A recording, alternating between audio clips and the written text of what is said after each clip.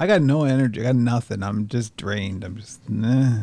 It's okay. I'm trying with the bourbon, but it's not working. We're gonna boost you up. I doubt it. We're gonna get you. That sounds. We could get you mad. We're gonna get you to normal. No, you can't. Well, we can try. You couldn't get me more mad. There. Well, I'm rolling at a 9 on the rage meter, and it ain't going down. You don't understand, man. I gotta save that extra notch. You're not inside this skull. You have no idea what's going on. All right, I'm good. You good? Yep. Good. Welcome to Pixels and Puppets, the Operation Puppet podcast, the only podcast to combine the subjects of gaming, tech, media, and puppets for no easily explainable reason.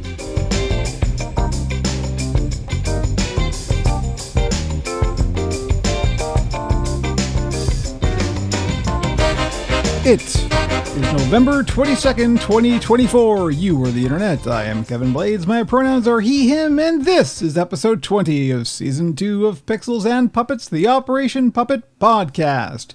Joining me are my co-hosts. His pronouns are he, him. It's Jamie, aka Scumboy. Why, hello. And his pronouns are he, him. It's Andrew, aka Bat Phantom. Wait, did you say November 22nd? Yes. Shit, I have Taylor Swift tickets. Jesus. I thought I got the date wrong. Last time I got the episode number wrong, and I had to have Frankie edit a thing in. And Look, now I had to get a Taylor Swift joke out of the way, Okay. and then I don't think we'll have any more. I know remarkably little about anything. Toronto about has any of been that, playing so host to 6 Taylor Swift 6 concerts. Yes, Wow, 3 you last really? week. I'm. This is 3 this week. I'm trying to be less online, So you know the reason why? and even you didn't know that she was doing 6 shows. I mean, I'm really online, but I'm very much curated. You know why it's 6 shows in Toronto? It's because every November Taylor Swift has to lay her eggs beside a body of water.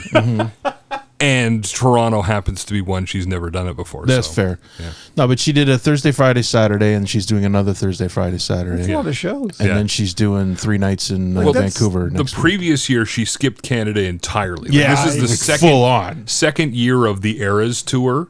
So I guess she's hitting Toronto 6 times and then Vancouver once, and Vancouver is the literal end of the tour. This tour is about as long as I think Metallica's tour for the Black Album. Yeah, I think that so. was a motherfucker. 2 years. It's an interesting comparison. Yes, I know, but you know what? Compare and contrast. There is a comparativeness to the scale of the success of the tour too. Sure. I mean, they just tickets for Metallica shows were like $30, as opposed to, now More than that. Yeah.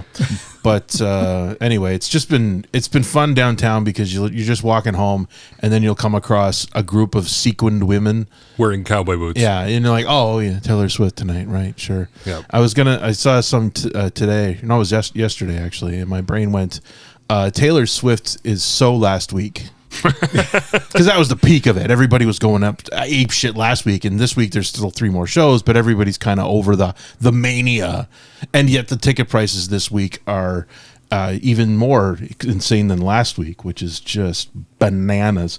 It's really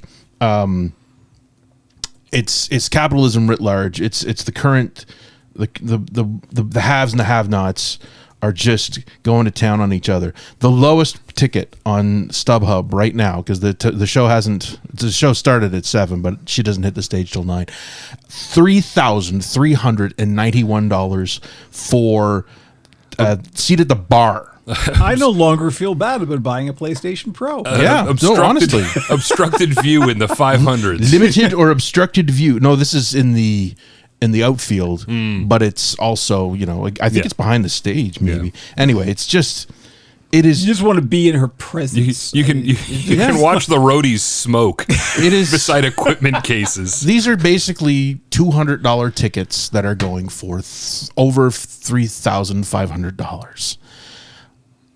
People, look, this is the thing. So we're looking at. I think it's like 50,000 people a show. So you got 300,000 people who have more money than God.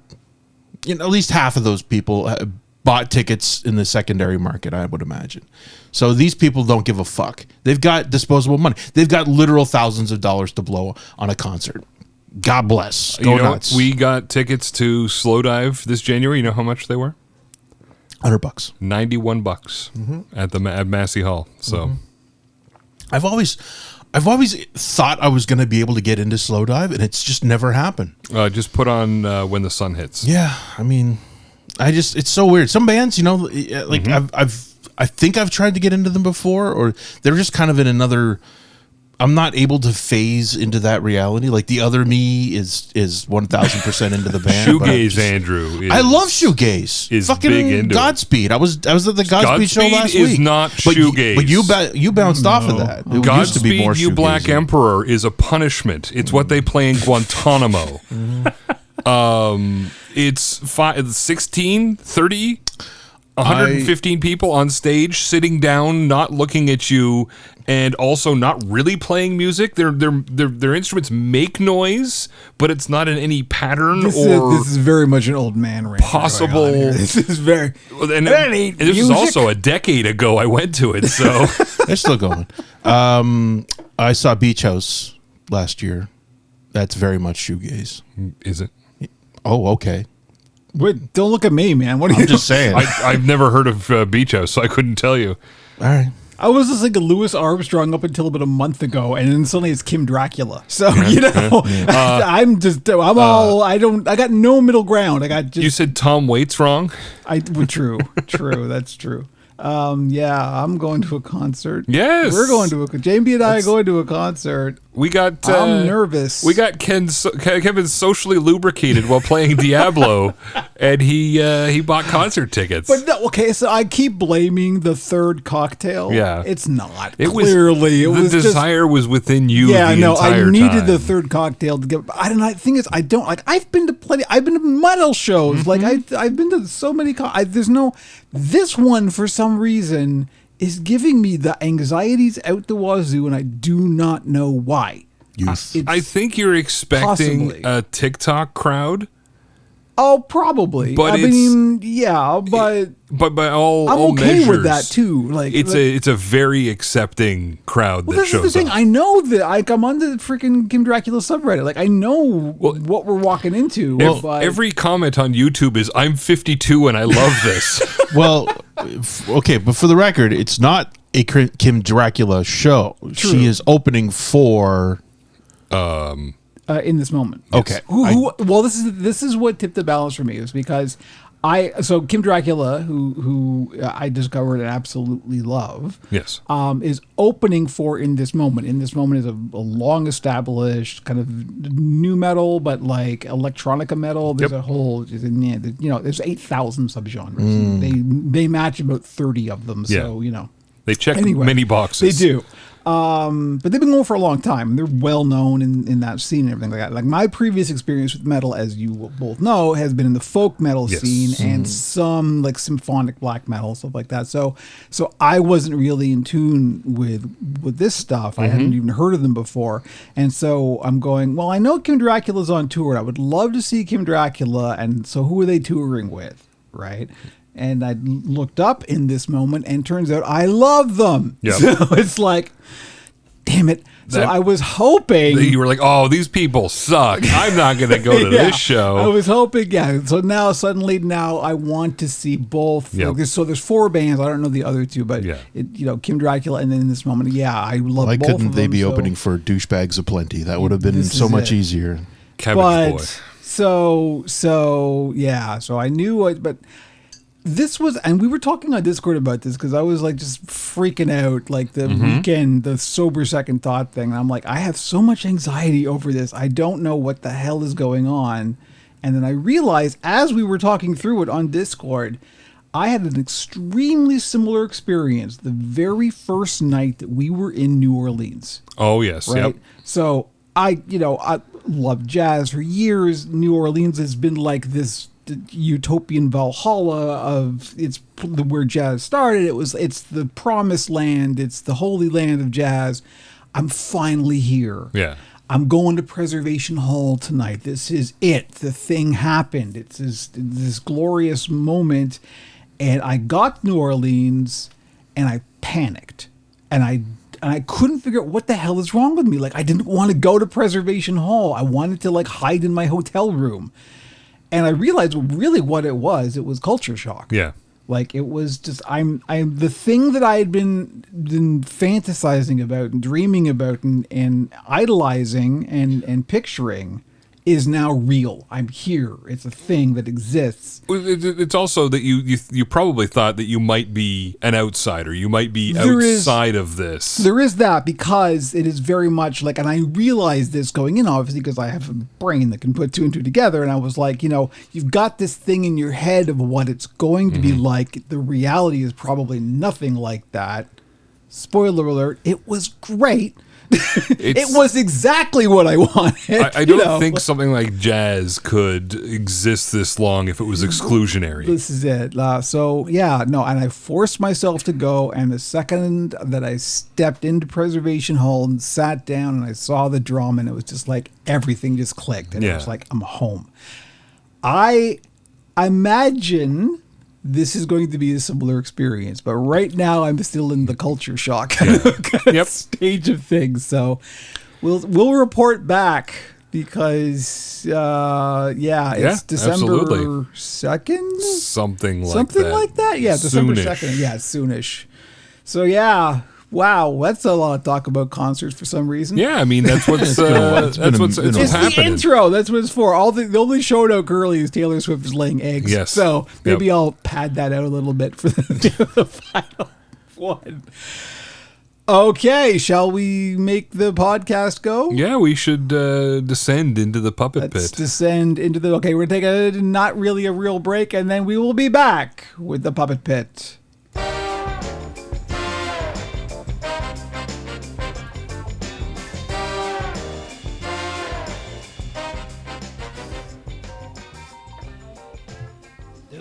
You have entered an alternate dimension, a dimension of fleece and fur, of foam and industrial adhesives, so I hope you have good ventilation. A signpost up ahead. Watch your step. You have just stumbled into the Puppet Pit. Welcome to the Puppet Pit, where we talk about the puppet side of Operation Puppet for the last 2 weeks. And it is, in fact, 2 weeks. We're still on schedule. On cadence. Sure. Unbelievable. First we'll lead with this because let's get out of the way. Muppet Vision 3D is being axed, closed, gone. So they are building a new Monsters, Inc. area. And there were 2 areas that it could go in: the Animation Courtyard and Grand Street. It's the old streets of New York, which is where Muppet Vision is. On the plus side, they are saying they want to preserve the film, perhaps put it on like Disney Plus or make it more accessible than. Sure. Yeah, because this was the very last thing that Jim Henson worked on. And they recognize that it's significant, and they want people to be able to see it. And putting it up on a streaming platform would mean that so many more people could see it than just those people who go to Disney World. Right. But I will tell you, I always go to Muppet Vision 3D, and they are barely pulling a third of that theater these days. Right. It's just like a theater-based thing with the Muppets. Once you've seen it, you've seen it. You do it once. I mean, I'm not a normal person with regards to the Muppets. No. The other good news is that the long proposed re-theming of the Rock and Roller Coaster starring Aerosmith is going to be. I didn't even know that was a thing. The Mayhem Aerosmith thing at Disney? Yes, and it's been there since the 90s when Aerosmith was slightly more relevant But because it was during the expansion into the MGM park? Disney MGM. It was Disney MGM. So they were trying to get away from the Disney stuff a little bit. It's still not sitting in my brain. But they're going to be theming it to the Muppets, which makes me think of the Mayhem Muppets Mayhem show. They're going to be the Electric Mayhem, and it's going to feature many actual artists. So it sounds like it's going to be a randomized experience with the Electric Mayhem and various other artists. And I think they also said they want to have Electric Mayhem showing up in other venues as well in Disney. So that's cool. They're not burying it. They're not getting rid of the Muppets' presence there, which I'm very happy about. And more people will be going on Rock and Roller Coaster than go through the Muppet Vision 3D. Sure. Sadly. I get it. But business is business. Yeah. The fact that they've specifically said they're looking at preserving it and the theater, because a lot of the charm of it was the theater itself. So they're hopefully going to be taking elements of that and putting it in places that people can go and see, and hopefully they put Unlike the Star Wars hotel, am I right? Yes. Hey, exactly. that place has got spiders living in it now. But yeah, it's sad because I love Muppet Vision 3D, but I can totally see. Oh yeah, it's no, not. I don't a think draw. anybody's surprised. The only reason people would even see it is because they're walking by it to get into Galaxy's Edge. Right. So it's not currently. Hey, there's no line to get in here. Packed.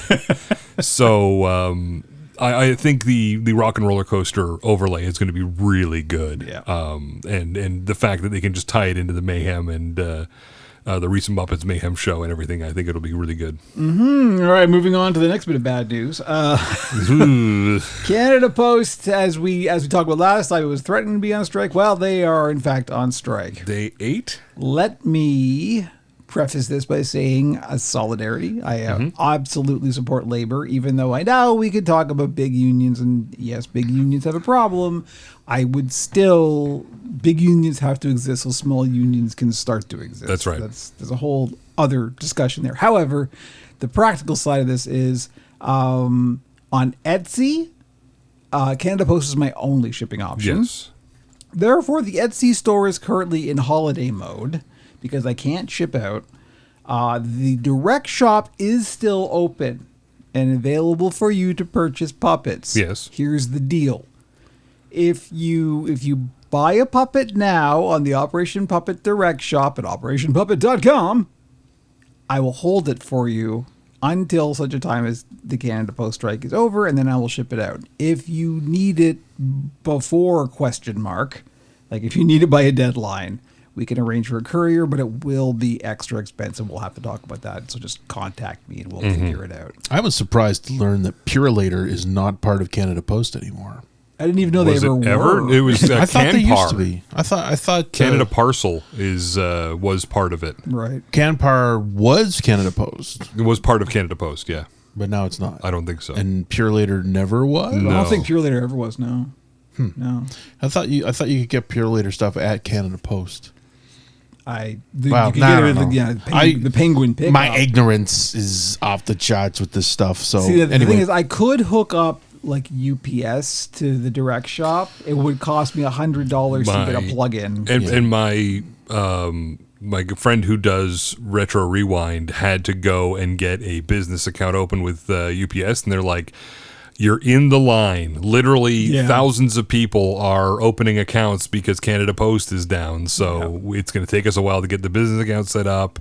And then he had to tie it into his shipping back end, and now all the rates are much higher than they used to be. Oh, they're astronomical. Like, it's really, unless you absolutely need this by a deadline, it is not worth doing. Yeah. come to Kevin's house. His address is 732 if you live in Evergreen Green Terrace. If you live in New York or New Orleans and want to pay for his flight, he will fly it down to you. Yeah, I'll bring you the 100%. puppet. That's I'll right. perform it for you. That's anyway. right.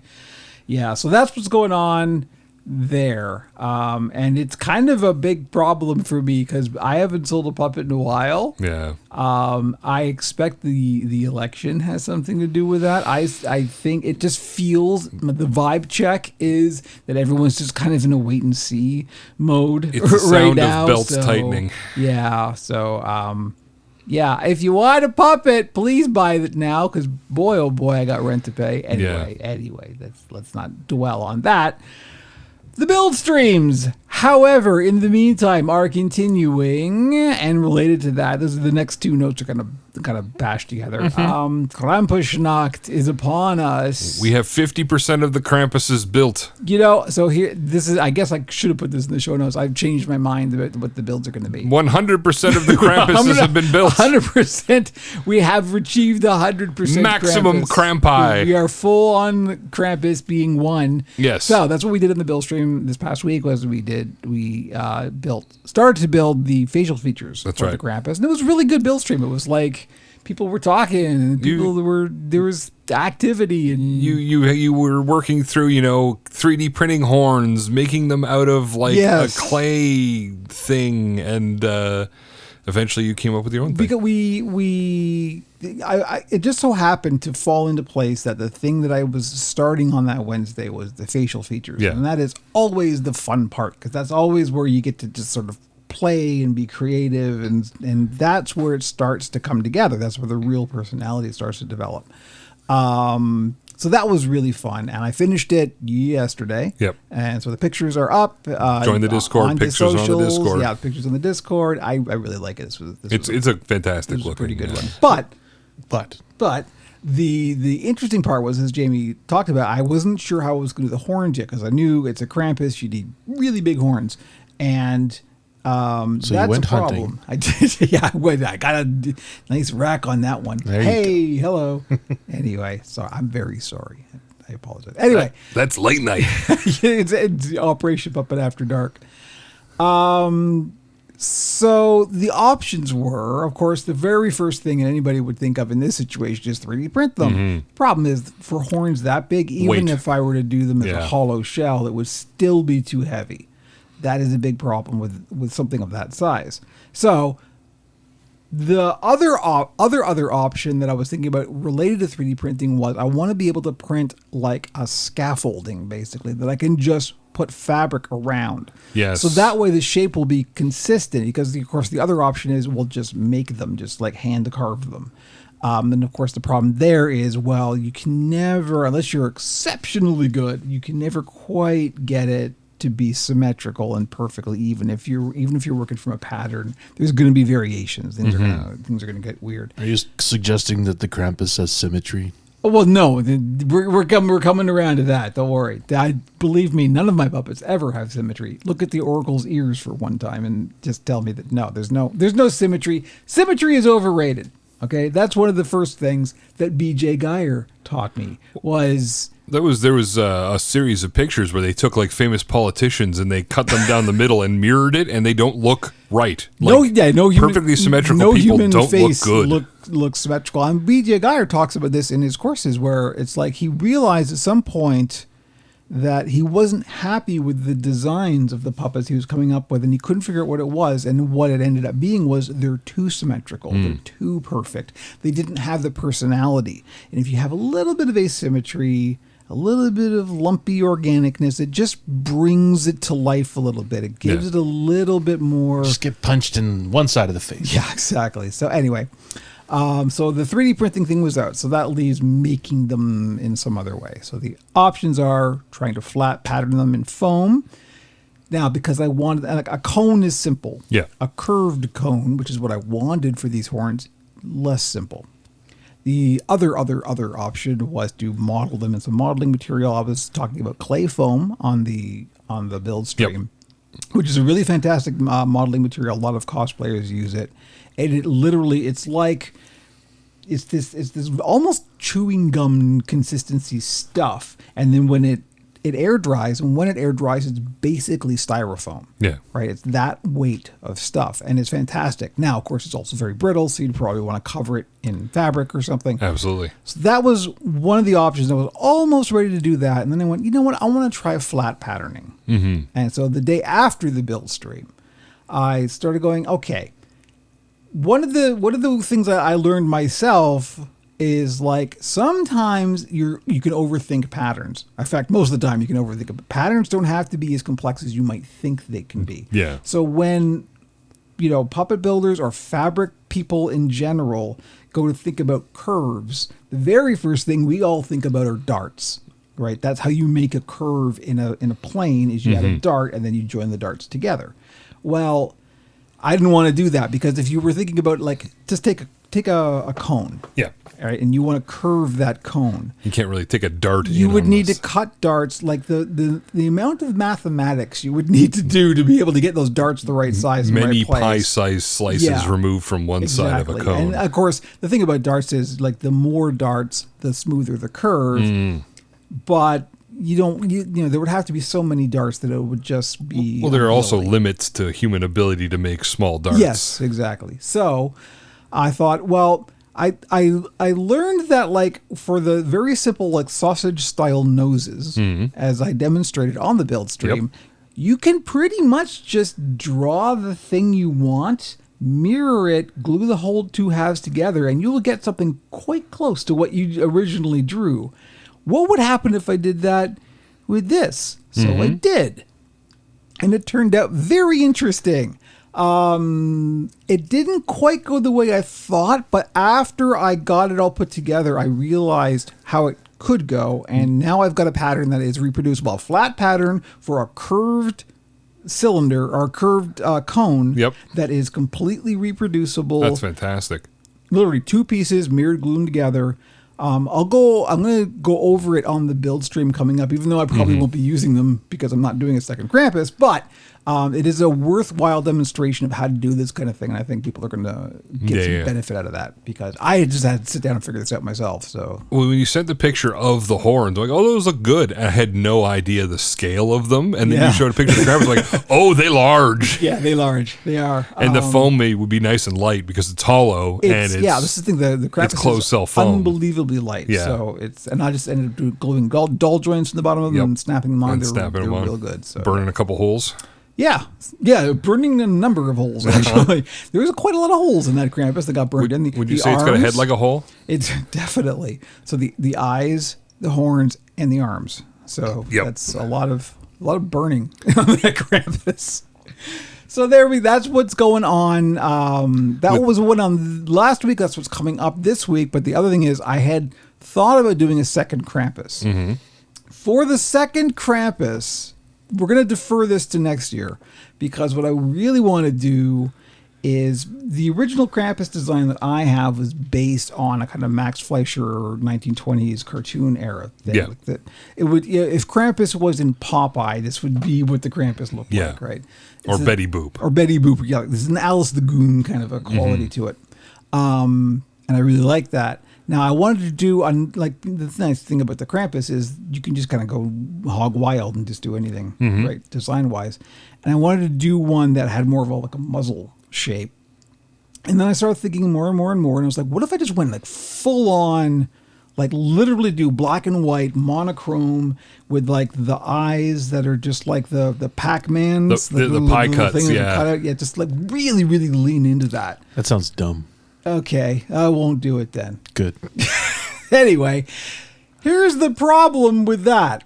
I would need some fabric. And the fabric people deliver via And the Canada fabric Post. store that is available to me to get stuff quickly enough only delivers via Canada Post. Now, there is an outlet that I can physically go to see if they have the stuff I need. Yep. They may not. I don't know because the only thing I can see is what's in the warehouse. That's rolling the die. It is rolling the dice. So if I'm up for it, I may go up there on Sunday. We'll see. Are you telling me the Puppet Warehouse is open on Sundays? It's not. It's Fabricville. Or Fabric Land. They're open on Sundays. Fabric Land. I retract. I knew, but I retract my statement. They're definitely open. They are definitely open. So I legitimately thought you were going to some kind of Puppet Warehouse. It didn't I occur to me that wish fucking Fabric if Land there was going to be your if there was a place that specifically sold puppet supplies in Canada, you don't think I would live there? Yeah. Come on. Yeah. Nah, I'm going to Fabricville. I guess Michaels doesn't carry that kind of Michaels probably does carry at least some of it, but they're also monstrously overpriced. Yeah. So compared to what I would be getting at, say, a bulk fabric store like Fabricland. So if that all pans out, the next Krampus is still on the table. If it doesn't, we're also, because of the Canada Post strike, I have no idea when my sales are going to start again. Yeah. You may not be able to ship it until next Christmas. Well, this is it. Like, I don't know if anything is going to be able to get there for a seasonally appropriate time. So I think what I'm leaning towards right now, we'll just see how Sunday goes. If Sunday is great, then maybe I'll go and we'll see. I would probably go anyway and just get some stuff. But I may just be doing a Blink Mech furry hand, live hands furry monster next week because I don't have one on the shop right now anyway. And those always sell. So next week we may be moving out of the seasonal stuff just because I have no idea when that's right. the log jam is going to clear. So yeah, there we go. That's heartbreaking. How to send letters to Santa during the Canada Post strike. Oh no. Wow. Hadn't thought of that. Let's end on a high note. of some kind, and I can't think of any. Join the Discord. Yes. You should probably join the Discord and meet people who are much more cheerful than this. Anyway, OperationPuppet.com for all of the links. I could use a break, so we're going to take another break, and we will be back with Gizmo Town.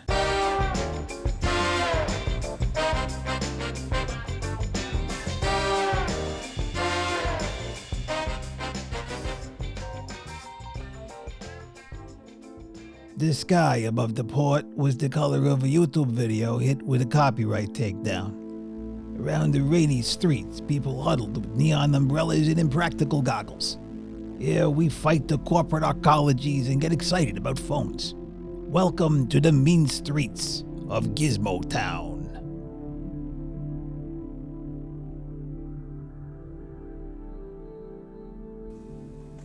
And getting meaner all the time. So Ridley Scott was interviewed for IMAX.com, their bullshit newsletter, and they wanted to find the top Ridley Scott moments in IMAX. So they were from Alien Covenant, because that was released in IMAX. They were from Napoleon, the movie that came out last year, which was produced for Apple but was shown in some IMAX theaters. There's not a frame of IMAX in that film.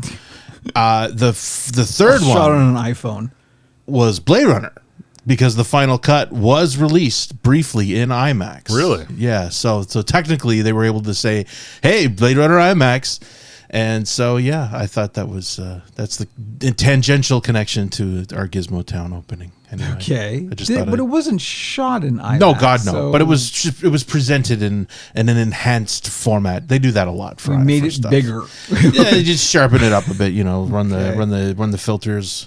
But Gladiator 2 is being presented right now in IMAX. It's selling quite well. I was looking at it. I was curious to check it out, but I'll give it at least another week if so. But anyway, the reviews are pretty bad. Anyway, let's. Oh, are they? Oh yeah, go figure.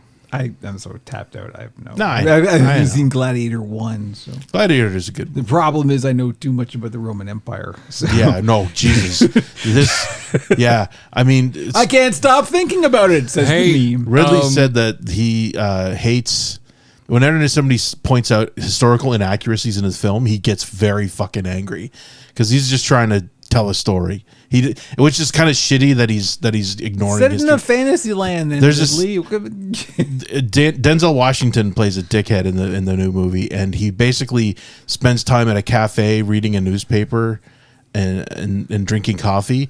And obviously, whatever they can suggest a newspaper is in that era, but they didn't even have coffee at that time, but they really wanted to just have that moment. So they're like, fucking go for it. One of the things they put on in the Coliseum is a naval battle. Yeah. With sharks. They sealed up the Coliseum and filled it with water. That may be accurate, actually. Oh my God. They did it in other locations.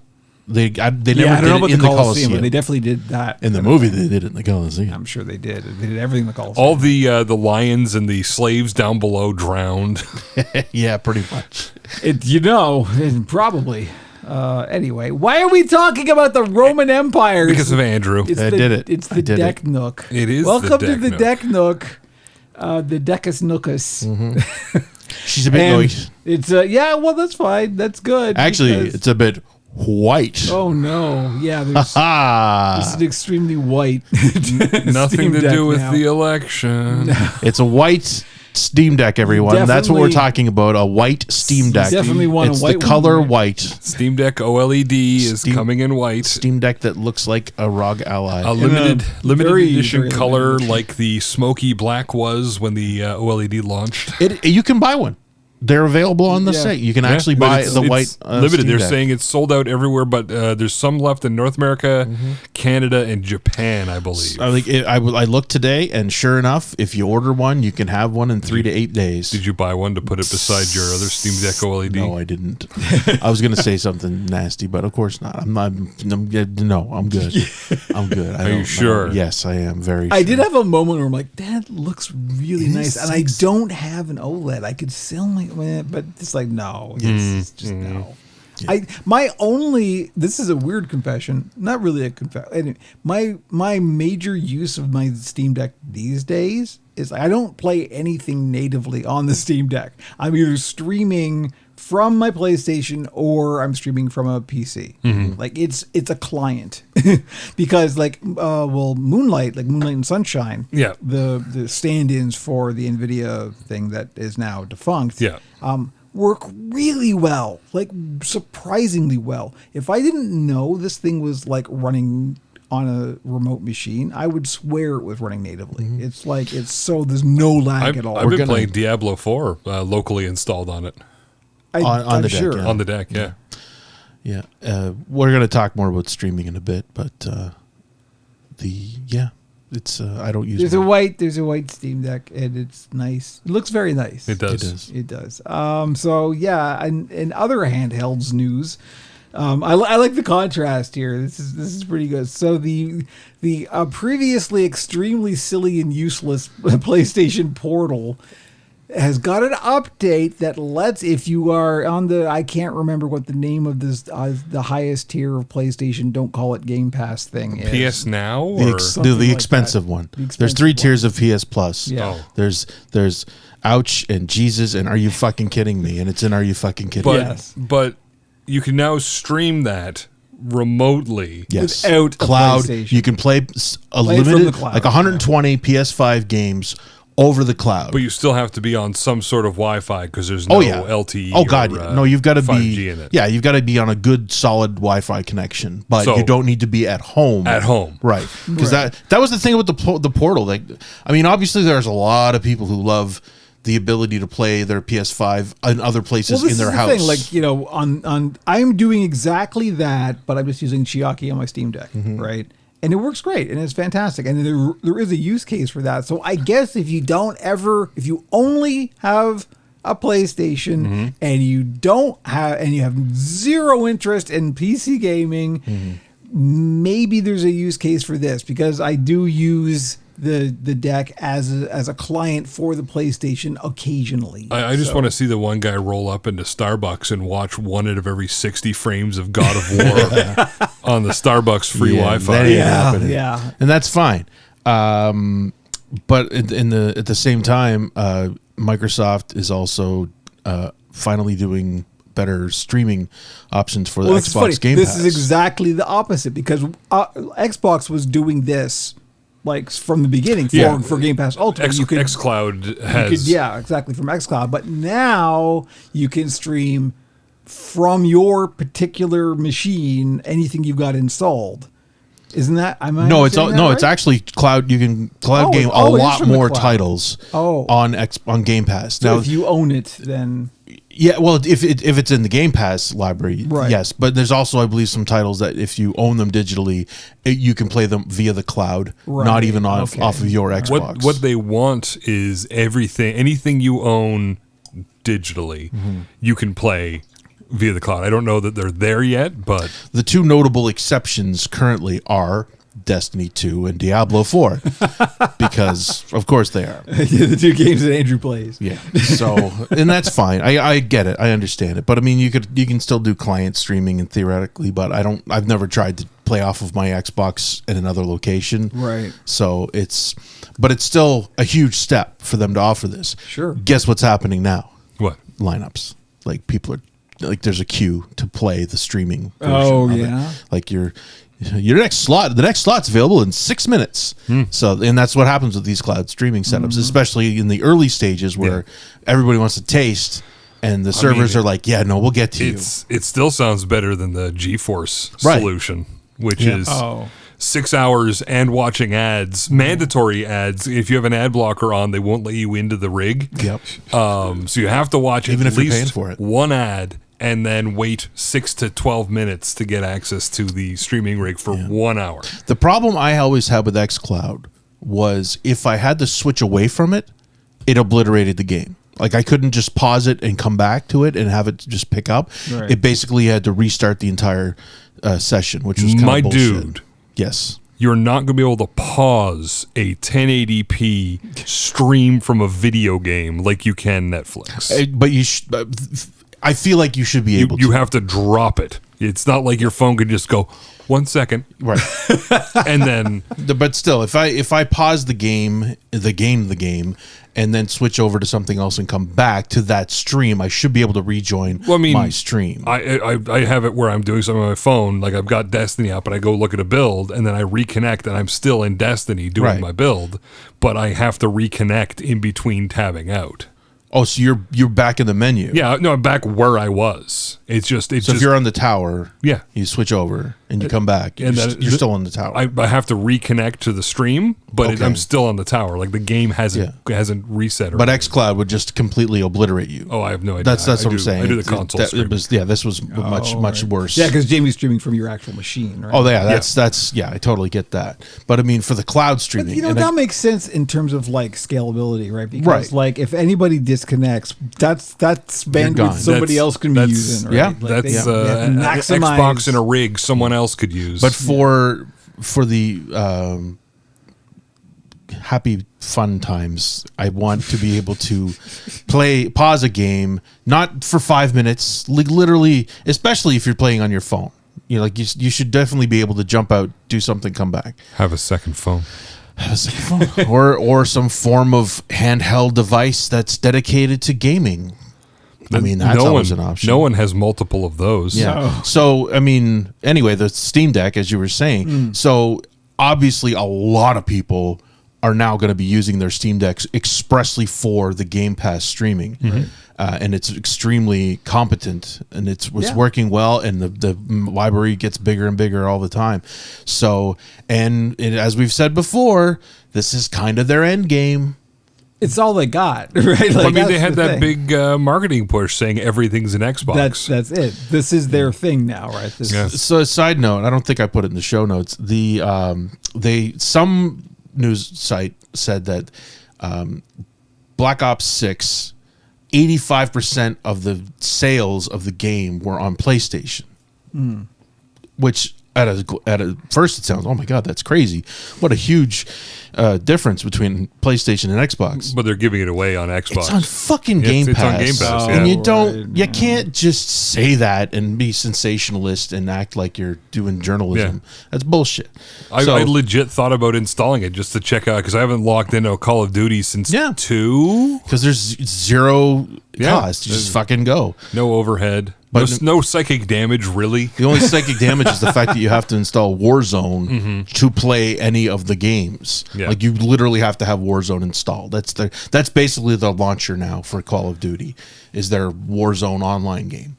So, and then everything else, single player or otherwise, anything narrative based. No, you still got to download all the other shit. Yeah. So so it's disingenuous to suggest that the PlayStation is outselling Call of Duty on a 85% to 15%. It makes clickable headlines. Yeah. Oh yeah, absolutely. You know? But I cannot fathom buying Black Ops 6 on Xbox, like paying them $89.99 or whatever the fuck when it's on Game Pass. Because you never own it. It's an online game. There's no... You're not going to be able to fire this up in 20 years. Even if you have a disc, the servers go down, you're done. So here's no ownership. The secret. You don't own anything. Yeah. So anyway, the streaming options have gotten notably better. The Portal is now a much more interesting device because of the ability to play a lot of games on the cloud. Obviously, not all of them, and that's just simply because they're ramping it up again. They've made it. The initial reviews, people are saying it's effectively seamless. You wouldn't know it. It looks fantastic, and it's in the palm of your hand. And really, it's an ecosystem thing, right? Like if you're in that ecosystem and you're only in that ecosystem, it makes sense. Yes, it's fine. I mean, how far we've come from the PS4 barely being able to download updates. Yeah. So I guess my question is, can you play PlayStation games on your Steam Deck via the cloud? Because I'm not entirely sure about that. The difference being, I don't think any, like Chiaki is just console streaming. Right. It's not Chiaki tied into their paid thing. Yeah, the joysticks on the Portal are a PS5 controller, so it's got the haptic feedback. It's just like having the sticks. So that's the other thing that I will say. Chiaki does a really interesting job of interpreting the adaptive triggers and all that stuff. Like that makes sense. it does try, because the Steam Deck has those neat, like the rumble is kind of adjustable and stuff. It's got the haptic pads too. Yeah, it kind of gets there. You can tell that it's trying to do something interesting and neat. So it's fine. It's, But that's not Sony's client. Oh God, no! Yeah, no, I don't think This so. is an open source. Absolutely, No. I don't. So yeah, I'm curious to see if Sony's client will run on any other platform, or if would it's be very married surprised. to Portal. Not only does Sony's client not run on anything other than just Windows, you have to have your DualSense controller physically plugged in order to use. Yeah, because wow, yeah, the Portal's bad. The Portal's $240 Canadian, which is. Now that it's getting more usability with this option, no, you definitely, that's not terrible. You definitely have a case for it. Again, if you're only in the PlayStation ecosystem. Absolutely. Yeah. So anyway, it's this is where we are. Streaming has become more robust. I'm about to upgrade my internet to a 3 gigabit at home, so that's becoming less and less of an issue. It's more of a server side issue at this point. Yeah. Your bandwidth at home is probably more than powerful enough to play this shit at 1080, 60 frames with no issues. So good luck. It is interesting. Okay, moving on from the Deck Nook. This is a rare event that occurred. Yes. So we have been talking. Have we been talking? Yes, we have. Talking a little bit about the Mr. Pie. Yes, we've been talking about Mr. in general, but yes, Taki Udon's Mr. Pie. Yes. Go, Mr. Pie. So it launched at long last. Well, the second batch launched. The one that we were waiting for launched. The one that was, we all got one. We all did get one. It was rumored to launch October 10th. Well, actually, the tweet said October 10th, and then they went through some QA snafus with batch 1, and Taki brought they redid all the QA in-house. Like everything that's being sold has been tested like personally. 8 people. Yeah. To 5 full-timers and a bunch of part-timers to go work through for them. And retro remake? What are they Retro called? remake. Yeah. So they're employees of the company in Shenzhen. And the day before yesterday, they shipped 500 units. They processed 500 units for shipping. They're trying to get to 1,000 units a day for shipping. And he said in a tweet that they sold more than the entire first batch in the first 3 minutes that batch 2 was up. We were on it. We were just like, we were hair triggered. We were convinced that it was going to be impossible to get. I thought I was like, we got a countdown to a site crash.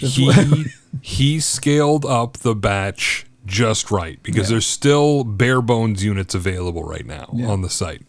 But the bundle that's in a case and the bundle without a case are both sold out. Yeah. Although they're doing pre-sale for batch 3, so that is nice. Which may have a newer revision board. As well. The console will have the newer revision. This one is going to come with an NFC reader. He's trying to do a different pack-in for each batch. Someone's come up with this near field thing where you can take a card, and people have been silk screening game covers on them. And when you pop the card and say you've got Bonk's Adventures for the TurboGrafx 16, you slide the card in the NFC reader, the Mr. Pie just automatically launches it like you just put in a cartridge. So people are coming up with all these really nice NFC cards, like in laser etched wood, and so that will slide into the reader. And it's like picking out something from your console selection. You pick out your Super Mario World cartridge, you slide it in, and the whole thing just fires it up. So, it beats menu navigating for a lot of things. So we've got no idea. So when we're going to get our Mr. Pies. Probably in the next week, we'll probably see shipping notifications because we were pretty quick in, and if he scales to the shipping to that rate, he should. Well, it was 3,000 units. This one was between 2,000 and 3,000 units. So if he's doing 500 a day, it's academic, and then we'll be misters. We will, and there'll be a lot. I was showing off on the Discord about like all of the, because I'm not necessarily in it for the game stuff. I will, of course, have a nice large collection, and that's one of the fun things is just like building your collection of classic games. That's not necessarily what I'm in it for. I want it for the classic computer cores. There are some really good collections out there. There's a 0 megahertz DOS collection, which is like the top 100 aggregated by a bunch of different magazines, DOS games that are already set up for the Mr. Pi and the AO486 core. So a bunch of stuff there already packaged and ready to go. There's the Amiga Vision collection, which is everything for the Amiga, plus an operating workbench. Like, it's literally a hard drive image that gets mounted and it loads into a launcher, but you can go back into actual workbench and access physical Amiga GUI behind this thing. There's also a Atari ST. I've never really fucked with the Atari ST. And there's another collection just of games for that I've got. So I'm looking forward to that. I just gave myself chills because I was thinking about how much of a fucking nightmare it used to be to try to get Origin games working on a 486. Oh, yeah. Like fucking with the config sys and the autoexec bat, setting all those flags and checking your IRQs and holy shit. Cutting out drivers. How's your sound blaster? Yep. You kids don't know how good you got it these days. You plug in a cartridge. I had a number of different boot discs for different games. Yeah. Like Dark Forces, if you wanted CD audio, there was a certain Oak CD-ROM driver that had the least footprint in memory. But there's a hardware attachment I think you need to get for a certain sound. So if you want the MT MIDI, the full proper Yamaha MT32 emulation, there's a Pi hat you can get for it called the MT32 Pi that will do like the full fat MIDI. Otherwise, it uses just the built-in one of the MIDI. Like ad-lib MIDI libraries or something like that. But if you want the which is fancy, all I ever experienced. Yeah, same. Yeah. But if you want the fancy one, there is a Pi that you can get to add to the whole stack that will give you that. I think it's brought in via USB and it does some of the output there. I'm curious to see if I can get the Thunder Stick that I bought many years ago that I intended to put into my arcade build, if I can plug that into the Mister and have it operational. What is a Thunder Stick? Just a big arcade stick. USB Oh, arcade right, stick. yeah. I think it's USB. I'm not entirely sure. If it's not, you're gonna have a lot of interesting times. Yeah, no, it's gonna be ugly. It's Although just been sitting on the couch. They make a JAMA connector for the Mister. And it might use it. I don't know. JAMA is one of the arcade controller connection standards that came out in the 80s because Pac-Man fucking shit wired right into the game board. Oh yeah. You want to change out those controls, you're taking everything with it and then you're putting in the Space Invaders Get the soldering iron out. Yeah. The cores for the Mister for arcade are interesting because they're literal decaps of arcade boards. But that's it. They had to get the boards in Joe there. Tego has personally gone through and decrypted the literal gates in chips to make these what was one of the ones the X-Men arcade game, the 4-player X-Men arcade game, Welcome to Die, famously said by Magneto in that X-Men arcade game. He's got that running cycle accurate on the Mister. Like he's literally emulating all the chips in the FPGA that were on that board. It's crazy. It's nuts. Like the accuracy you can get on a lot of these things, it's just nuts. It's gonna be a hoot. It's gonna be very interesting, and it's everything all at once. Like you don't have to do special things to make it a console or make it a computer. It just on the fly recompiles the FPGA to be the new thing, and then it just does it. Mm-hmm. Okay, moving on. It looks like, according to leaks and rumors, which are always reliable, that there's going to be a Steam controller too, which is super cool. People have been dumping Valve source code and decompiling stuff to look for strings and found reference to a new controller. Let the speculation begin. No, I had it on my wish list for ages because I always wanted one, but I never picked it up. And then No, it seems like the kind of thing where it's like, oh man, I want to try that, and then you try it and you're like, no. So I did. I had one, and it was very much the case that, like, okay, I see what you're going for. You're not quite there. And it really wasn't necessarily So it was partly the ergonomics. They literally had it backwards, and I don't know whose hands they tested this with. They took a big swing. It was like concave. Yeah. It was like you had to hold it in a very weird position. It was not comfortable to use. Right. But the way that the trackpads worked and that whole thing, which did translate. The then Steam into Deck the Steam Deck. trackpads wouldn't exist if the Steam controller One of the didn't come reasons first. I absolutely love the Steam Deck trackpads is because of my experience with the Steam controller, because those are exactly the same things. Like the way the haptics work, the way the vibration works, all that stuff is exactly the same. Yeah. So it's clear that this was like an iterative step. And is this tied into the heavily rumored Valve VR? There was another thing that's called the Roy, which is a magic wand controller, finger quotes, that has the full ABXY interfaces on them. That's supposed to be for the new VR headset codenamed Deckard. So it's a whole Blade Runner thing. But this is theoretically their non-PC tied Quest Challenger headset.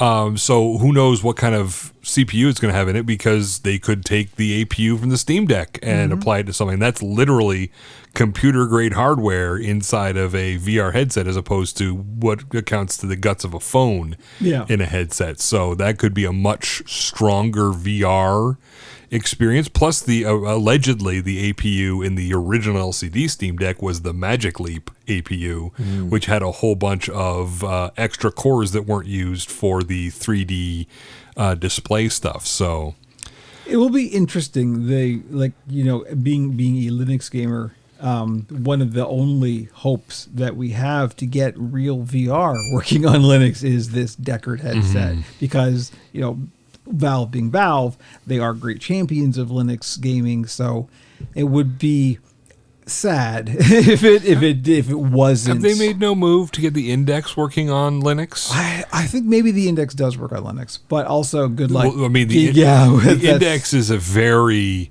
very all in on VR beast. It is dated. It is also very, very dated now. It's like you have to have the lighthouses for actually doing the tracking. Its whole tracking model is so it's not inside out. It was room scale before room scale was really something they could do easily. Another example of them swinging for the fences and doing an interesting thing, but really is not practical. Yeah. So I imagine that it wasn't a huge loss for them to spend the money on the development. They just wanted to push VR further. It was coming from the HTC Vive, and they wanted to do something that wasn't so tethered. They wanted to do a little more room scale, because they wanted to do the walk around a thing in.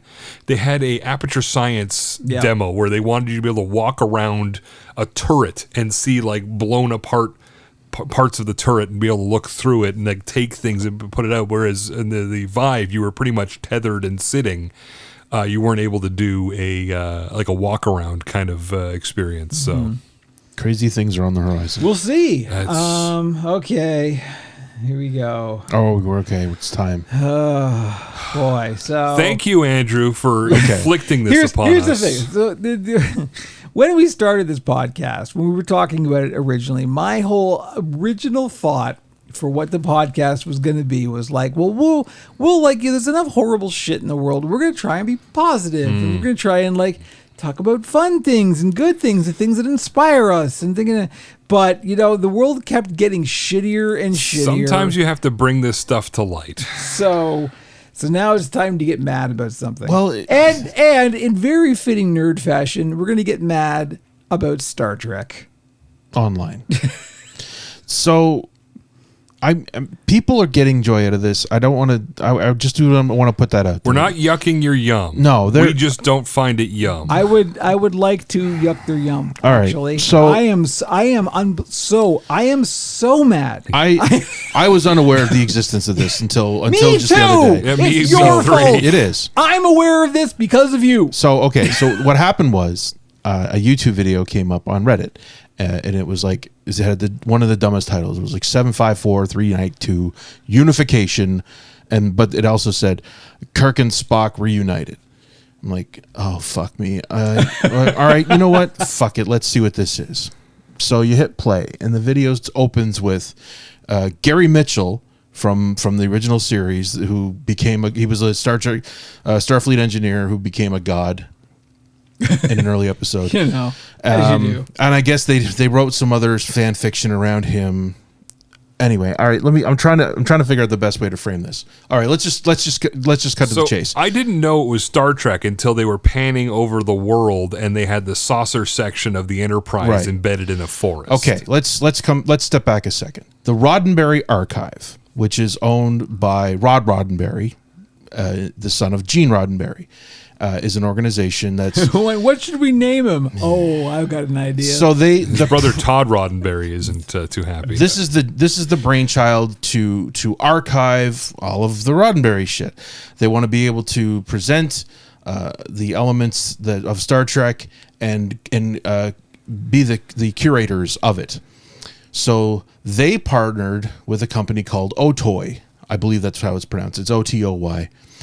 And what they did was they created an Apple Vision Pro experience. So 3 people saw it. Right. So it's the very expensive VR headset that Apple created. This was going to be one of the marquee, I assume, applications for it. And the premise is that you could navigate the Enterprise, either the original version of the Enterprise or even just the set that they shot the show on, and in a 1-to-1 scale. And you could walk the entire Enterprise and interact with things. And, I doubt severely that it's gotten to that point, but you can definitely walk around the areas. And so they wanted to be able to do it for pretty much everything Trek related. So obviously there's got to be some official hookup with Paramount on this. They must have signed off on it to some scale. So then a couple of years ago, they started developing animation technology. So Otoy itself is a company that is focused on cloud graphics. What? And I expect a fully articulate answer. What the fuck? It's AI. Does that mean? It's AI graphics. It's an AI system. It's just you do all the work in the cloud instead of having a workstation at home. Theoretically, they've got a massive bank of shit. As we say often in the Linux world, there is no cloud. There's just somebody else's computer. Mm-hmm. Absolutely. So this is what they're presenting the technology for, and they have partnered with Roddenberry Archives. We say cloud like in the medieval ages they said God, like or just humors. There's just like this vague nebulous thing floating around. We must let out the bad humors. So I mean, obviously the premise is you give it a prompt and then it'll generate what you ask, and so they've fed it Star Trek stuff to create virtual environments for whatever they're going to lean into. So what they did is they created a storyline for some of the characters, specifically Saavik and some other characters. I believe that the premise is that Kirk and Saavik had a kid, and this kid is part of this storyline. Slash fiction, pretty much, but more or less official slash fiction to some degree. Anyway, so they've done a series. Roddenberry approved slash fiction. So they've done a series of very short films that are online on their website, on YouTube and whatever, that are basically very well done Star Trek fan films, and having some level of authenticity because of the connection, obviously, to the Roddenberry Archives, because they're trying to continue the tales of that era without actually involving the actors. So the early clips often involved Spock, but they would just have a shot of Spock at the end, and he would raise his eyebrow, and it would throw up the title. Like, oh my God, that looks just like Leonard Nimoy in 1982. Holy shit. The eyebrow goes up, circle wipe directed by George Lucas. Yeah. So obviously this is what they're saying. Like, look, we have the technology to bring these people back to life. So the culmination of this... Let's walk that statement back a little bit. The culmination of this is what is presented as a celebration of the 30th anniversary of Star Trek Generations. let's just take a moment. The beloved film Star Trek Generations. Star Trek Generations, which was, of course, the bridge film between the original series and Star Trek The Next Generation, was 30 fucking years ago. And your time passes. Get over it. That's very old for a turd. So it was not a great film. I'm just gonna. I am flexible on its merits. It was an awful film, and it was an awful film because of fucking William Shatner. Yeah, no, he was not good in that film. And it was, but it, and it was made for the wrong reasons in that respect. They really wanted to have that handshake, or that carryover. Have fun with your adventures, kids. Like, motherfucker, we had 7 years of show. We're good. You had 3 years of show. We were on for twice plus one. Yeah. What you did. You did every other good movie, and that's fine. Anyway, so the merits of Next Gen versus original Trek, that's fine. The film exists. It gave a farewell to Kirk because he dies in the end of the movie in the dumbest fucking way possible. Motherfucker's last words, "Oh my." He fucking just dies pinned under the wreckage of a fucking catwalk. Oh man, it had some issues. Well, I mean, yeah, "Oh my" is his last words, but the words before that were, "It was fun." Yeah, that's fine. I was fine with that. And then it had to end with "Oh my." If he had just after it was fun, that would have been great. So anyway, and it just on a principle level, like, as far as the world is concerned, Jim Kirk died when a fucking lightning strike hit the Enterprise C. Because that's what happened. He was on the Enterprise C for its launch with the new captain. We're down a big rabbit hole here. Yeah, and there was the opening of the film. He was there with Chekhov and Bones. Sulu, I think. No, it was Scotty, wasn't it? Sulu. Sulu and Chekhov? I'm pretty sure it was Sulu and Chekhov. Oh, because Sulu had his own command at that point. Oh, right. I don't remember. Anyway, it was Chekhov and I blacked it out. I'm going to say it was Scotty. Anyway, they were with him to launch the new ship, and then shit happens, and the big ribbon hits it, and Kirk disappears, and they said, well, I guess he's dead. And then, of course, he was knocked into the fucking, I don't even remember what they called it, but the weird alternate reality that the ribbon had, and that gave them timey-wimey shit. Anyway, so bottom line is... The Nexus, I think it was. Yes, thank you, the Nexus. So anyway, the premise of unification is that either during the process of this happening or immediately thereafter, because they show his grave, his cairn, on the top of the plateau where he died, because Picard put a bunch of rocks on him and put his communicator on top and then was beamed away. They left his fucking body where it lay. I assume they didn't beam it up. Now, I will say, in the fucking novels, the Klingons took his body and basically brought him back to life, and then they had a series of adventures. Kirk himself continued. Why were you reading the Necro Adventures of Kirk books? I was thirsty. No, stop. Thirsty. Stop. I'm calling an executive stop to this. I'll end the podcast now. I'll turn this podcast around and we'll go home, kids. Come on. Anyway. But that's part of it, because I think they wanted, actually, this is the kind of mindset that wants to believe that all of the written stuff is considered canon. It's a battle for canon. It never has, it never will. Yeah. So anyway, coming back to this film, the basic idea is that Kirk is in a weird heaven-like environment, and he walks down. He's walking down a path, or you just see Boots walking down this beautiful green area, and then you realize, holy shit, it's Bill Shatner, circa 1997. Fucking. So somebody typed in slightly bloated middle-aged Kirk into an AI. Okay, so on a production level, they put work into it. It is very similar. It's not the de-aging stuff, because it's basically the actor Sam Witwer physically performed Kirk for this film, and Sam did mocap for The Force Unleashed and a bunch of other done voice work, and he was in Days Gone on the PlayStation, so he's well known for being a mocap actor, and so he performed Kirk for this entire short film. So Kirk goes and he sees a group of people, that just random people that seem to be there, that I guess are supposed to be people that were important to him, except that he sees Saavik, and one of the fun things about this whole short is that he'll open his mouth as if to say something and then think better of it. And then just close not, it. And then just close it. Which is not something that Bill Shatner was ever able to do.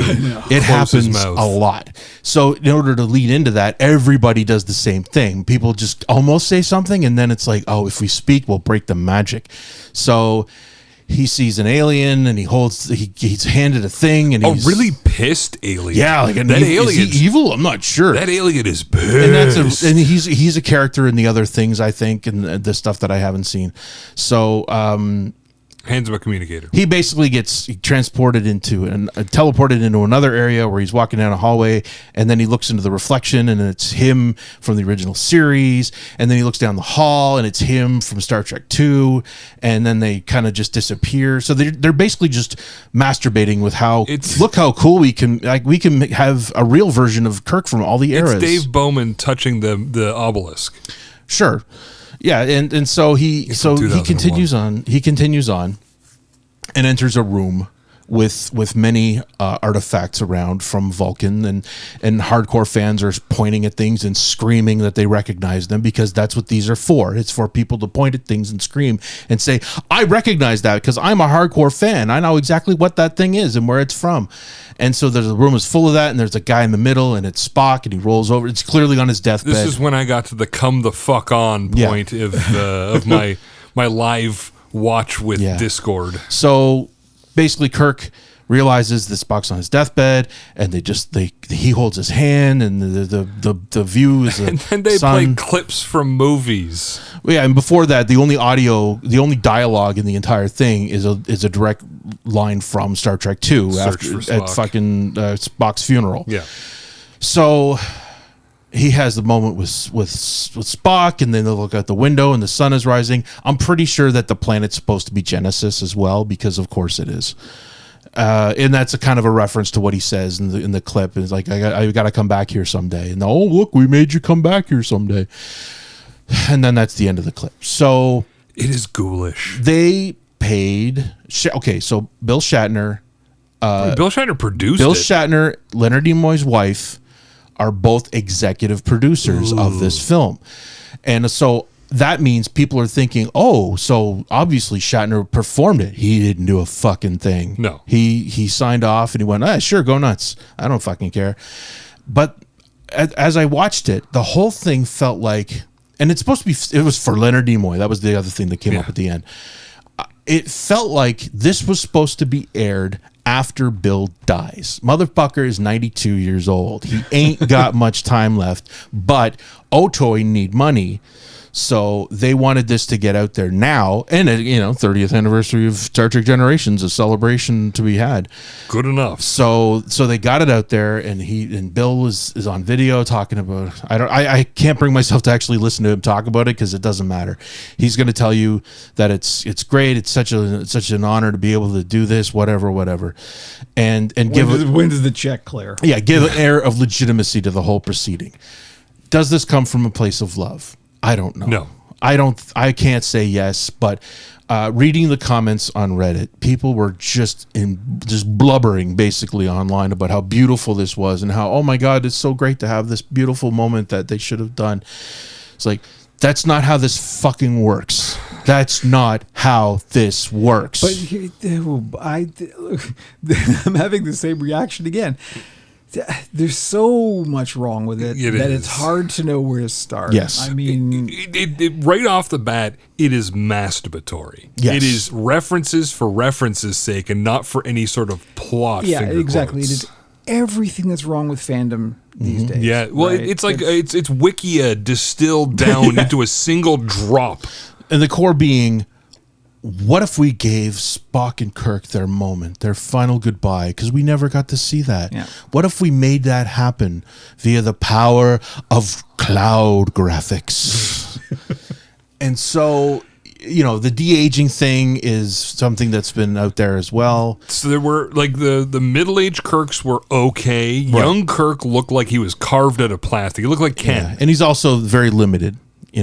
And when I first started watching the clip, like the way that the clips were so short as they were going into it, I thought the whole thing was just AI. I thought it was just going to be prompt. And Spock, but it's not. Spock looked like that thing that went around 2 to 3 years ago, where people took pictures of their dead grandparents, and then the thing would make it look side to side. He looked like a postcard that kind of looked like side to side. It was not pleasant to look at. I feel like that's part of the appeal, not the appeal of it, but what they're presenting is an inexpensive way of doing what Disney's been doing for hundreds of millions of dollars by de-aging these people. They're trying to put this into your hands as a wannabe filmmaker. I'm convinced that what they're going to offer is the ability to use Star Trek material for your fan films.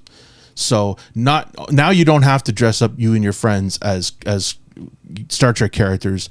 You can just do it in the cloud, or you can do it and marry it with something else. You can perform Kirk and have him look like you, and you use AI photorealistic Sulu / Riker.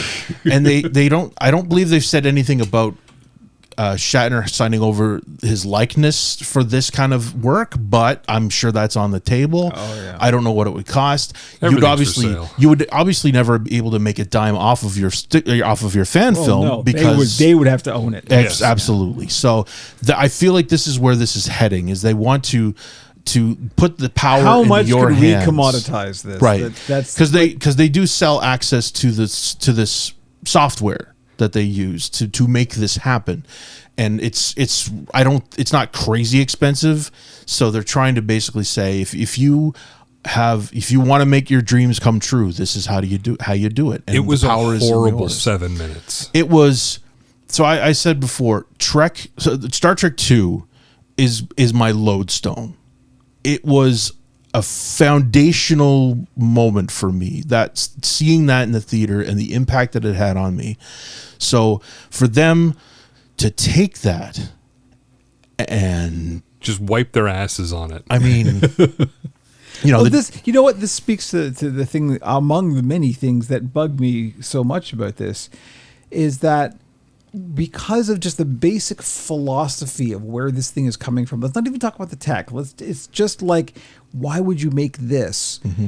It's robbing, like. Well, poor Leonard Nimoy had no say in this thing. Well, yeah. So we can't even let people die with fucking dignity. Yep. Like, we have to bring them back for the sake of fucking nostalgia masturbation. Like the director of this got to choose how it played out. Yeah. They didn't talk to the actors. They didn't come up with an idea for it or have a vision for it. It was simply, this is how I think it should be.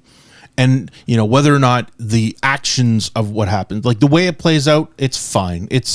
There's nothing horrible about. There's nothing there, though. Right, exactly. Nothing happens. Yeah. Like, there's no story. Yeah. It's just. It's have a gimmicky way to. It literally is. Here's a bunch of things you recognize. It is a perfect encapsulation of the content fire hose. Right. We just need to get something out there that the fans will recognize and go, that's the thing I like. We've stewed Trek down into like 8 scenes. Yeah. And then this is the most potent Trek that can ever exist. And on top of that, the pause and the non-dialogue utterly reinforces how much bullshit is involved in this, because you're not gonna get the performance, you're not gonna get Shatner, you're not gonna get any of these actors. You can visually recreate them and have them walk around, but the second those fucking lips start moving and you have AI Bill Shatner coming out of that mouth, it's gonna be immediately annihilated. Yeah. And rightly so. And but they're so close. They say they're so close. We're so close to making it happen, because you have an actor like Sam Witwer, and he will perform the part, and he could actually say it as well, and he could do it in a Shatner-esque style, and they could AI the fuck out of it. Great. Who fucking cares? Why are we doing this? Yeah. Well, and there's so many layers of wrong. We don't even know where to start. So why did we ever stop recasting? Yes. Like, why? why can't we let people move the fuck What's- on? yeah, Like, Chris Pine's not in this. That's for goddamn It's sure. the Star Trek or the Star Wars problem. We can't get past the Skywalkers. We can't not have Picard. We can't not have Kirk. But that's tied into the content fire hose, right? Because we have to keep the nostalgia thing generating. We can't do anything new. We have to keep circling the drain to just squeeze as much money out of this thing as possible, right? You got to bring up the Mandalorian season 2 ending when Luke Smooth. Skywalker swings in, because the key is in that performance it was Mark Hamill. He was physically present for that. He actually acted that, and then they digitally did the stuff over him, and that was fine because it was also very short. No, but he was in it. I think he did the vocal performance at least. There, but did he not do the vocal I performance? think he did the vocal. Okay. But there was another actor who stood in for him. Okay. And also, and in the other stuff where Luke is on the, that was where I'm heading. right. Is that when he came back in the Mandalorian season 3 for a much longer It was episode? the same actor. They used the same actor. Okay, but in that one, it was Mark Hamill had nothing to do with that performance, Yeah. and he was not happy about it. He basically just played dumb when it came out, and he just basically said I wasn't there. But here's the crazy thing: that actor that they used looked so much like young Yeah, Mark Mark Hamill. Hamill, yeah. Why didn't you just use him? No, why they- just Disney? Maybe it's the Disney Marvel thing. That in that environment, they have become allergic to recasting. They would rather digitally recreate somebody than give another actor an attempt to take over. Just like, where would we be with James Bond if we did that? Right. Like, would we be digitally recreating Sean Connery? What the biggest fuck? the biggest thing I come back to in that world is the fact that when Chadwick Boseman was dying, when he knew he was on his way out, and he said, "Please recast T'Challa. We worked so hard to establish this character in this world, and I want those stories to continue." And they said to him, "Absolutely. You have our word. We will definitely do that, Chadwick. We don't want to violate your what you've done." And then the second he was dead, okay, we're not recasting. He's dead. We killed T'Challa. What do we do from here?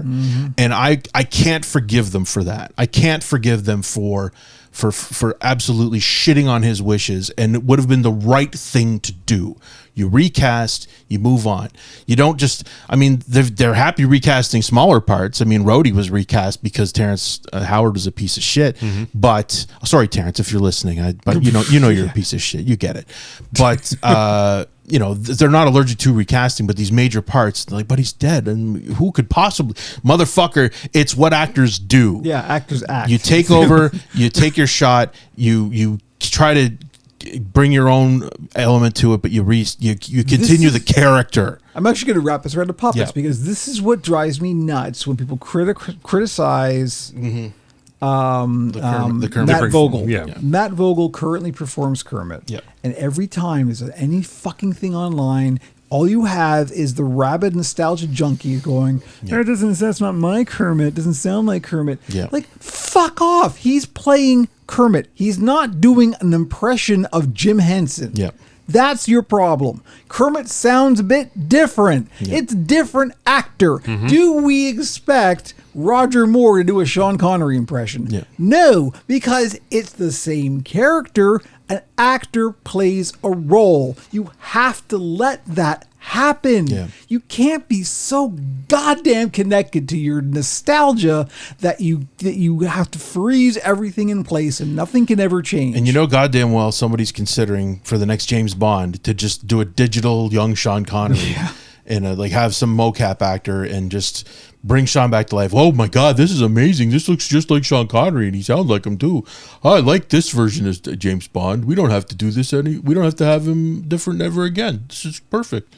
This is the kind of mindset these assholes have, is how can we jerk off the fans? And it does tie into the AI thing because it's like it's a gradual watering down of the idea of creativity. Yeah. Because creativity and change are inherent. Rebirth. Right? Like that's it. Things have to change and move on. We have to experiment and do new things and try new ways and have new interpretations. They of can old use things. this technology to create strange new worlds, to bring things to life from imagination. It can help you with that. I accept that.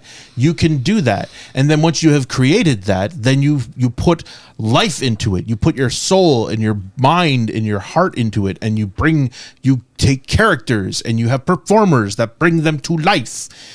No, it's strange new Shatners. Yeah, whatever. So, anyway, the fact that some people are celebrating this, and I'm kind of glad that I'm not seeing it mentioned in a lot of news. Like, I thought for sure this was going to get picked up. No, I haven't seen it go wide anywhere. And I think that there's a reason for that. I have a feeling that people recognize, the major news articles realize this is kind of bullshit. Well, they said there's literally nothing here. Yeah. Like, what can we say? That they made 7 minutes of Bill Shatner looking confused and then for Leonard Nimoy. Thoughtfully holding Leonard Nimoy's hand as he dies. As Kirk and Spock have an emotional moment. Let's That's think right. about that for a second, shall we? Oh, Jesus. Fucking Christ. Anyway. Spock, known for deep emotions.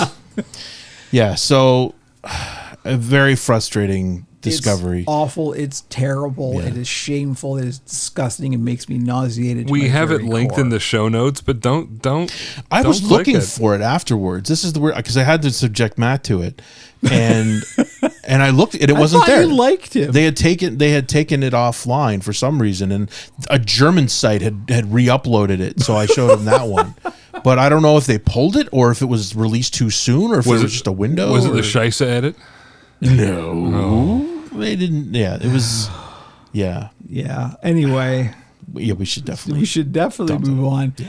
I don't know. Wow, we did this all out of order. Did we? Well, okay. Because That was Gizmo. No, because there's one last thing in Gizmo. Oh, Town Jesus. that I do not know how to pivot to this. Okay, well, so I I'm can't not even- even going to try. So the TI-99 4A. This is good. This is good things. The good things. Speaking of old tech, I don't know.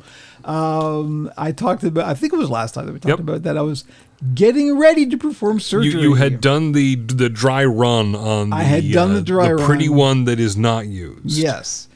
And so the time came to actually do the for real installing the new chip in the TI-99 4A, and to do so, I actually shot a video while I did it. Now, as I've talked about a couple of times on the podcast, we are going to get there eventually. In fact, we're very close. Pixels and Puppets is going to be kind of, not spinning off, that's the wrong word, but it's going to be like we're separating out the gaming and tech stuff so it has a place to live that is separate from the puppet stuff. It's not just under Operation Puppet. Exactly. It's going to be, I think of it like a publisher's imprint. Operation Puppet is the publisher, Pixels and Puppets is an imprint under that, right? Because and it is just so the people who follow me just for the puppet stuff, of which there's a number. Yep. They don't have to weed through the stuff that they don't care about. Yeah. Right. But if you do care about it, you can go to this stuff. It's there. So I'm in the process of setting up a YouTube channel. There's a whole bunch of technical things that are going weird about that. I won't even get into it. And a PeerTube channel for Pixels and Puppets specifically. The PeerTube channel's much easier because I run the server. Yeah. Anyway. But I did shoot my very first tech video tearing down the TI-99 4A and installing the Pico 9918, which is the replacement chip for the video chip that was in, that is called a TMS 9918 or something like that. It's very common video chip that is in a lot of 80s consoles and computers, most notably the ColecoVision has this chip in it. And this is a drop-in replacement chip that you can get clean VGA out. We talked about it on the last podcast. So I shot that video. It is currently on YouTube, but it is unlisted. It will be going public soon. Yep. And so look out for that. I'll be posting about that, obviously, when it goes up. And it went really well. It went surprisingly problem-free. I did have to end up getting the Dremel out and modify the case and a bit. modifying the case. Thankfully, that went very smoothly because in the back of the TI there are like vented slats. The entire width of the TI in the back is just like these vents. So I just cut a couple of those out, and I was able to poke the cable out. I will be able to 3D print the little bracket that I can just epoxy onto it, and then the VGA connector will just sit flush onto the case and look like it was supposed to be there from the beginning.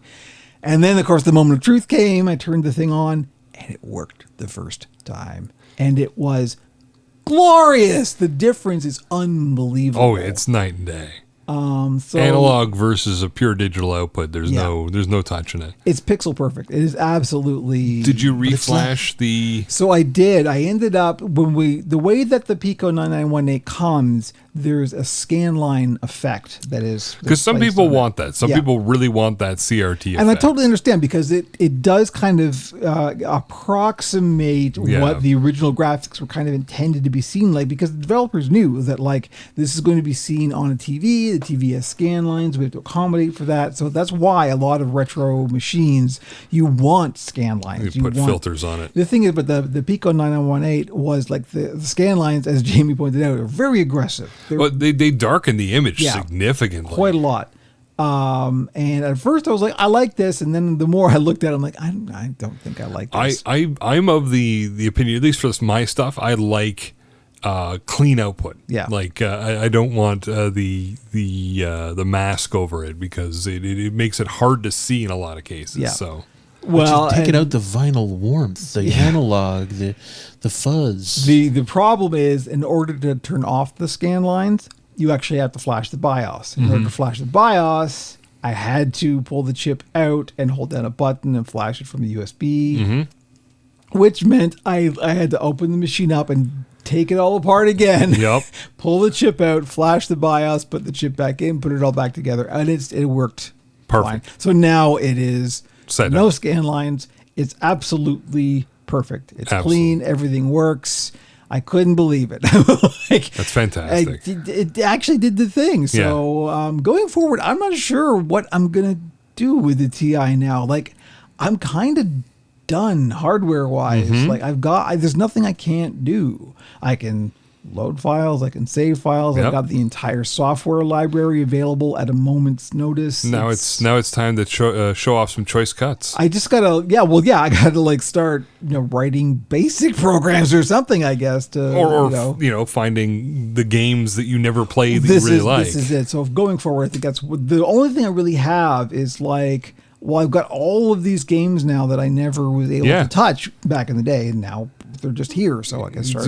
Do a stream where you give each one like 5 minutes, and if it grabs That's you, not a bad idea, actually. I didn't even thought about that. if it grabs you, you can do either executive call to play a little bit more to see if it's good, and then add it to a list. And if it's you do 5 minutes, after 2 minutes, you're like, hey, you know what, this one's a pass, and you move on. It's funny because like a lot of games from this era, right? Like they're not. You can't just load them up and play. Yeah. Like you have to read the manual. You have to kind of like there's a work. Yep. to No, do it's a lot to of them understand are. these things. So It's like any C64 game is that you weren't going to fire it right up. You had to figure out what the hell you were doing first, and then you could get into it. Like Ghostbusters, you don't know what you're doing in Ghostbusters. You're going to show up with no traps, and then you're screwed. Yep. So anyway, that's where we are with the TI operation is a complete success. That's amazing. Congrats. Everything is good. Does it play Blu-rays now? Yes. Cool. It'll spell the word Blu-ray on the screen as many times as you like, so long as you're not in a hurry. Print That's right. Blu-ray : semicolon. I actually watched a video the other day about specifically how the architecture of the TI 99.4A works. And this is why I said on the stream, yes, it's the first 16-bit home computer, technically. Yeah. But the problem is, to cut costs, they actually pipe it through an 8-bit interpreter. Yep.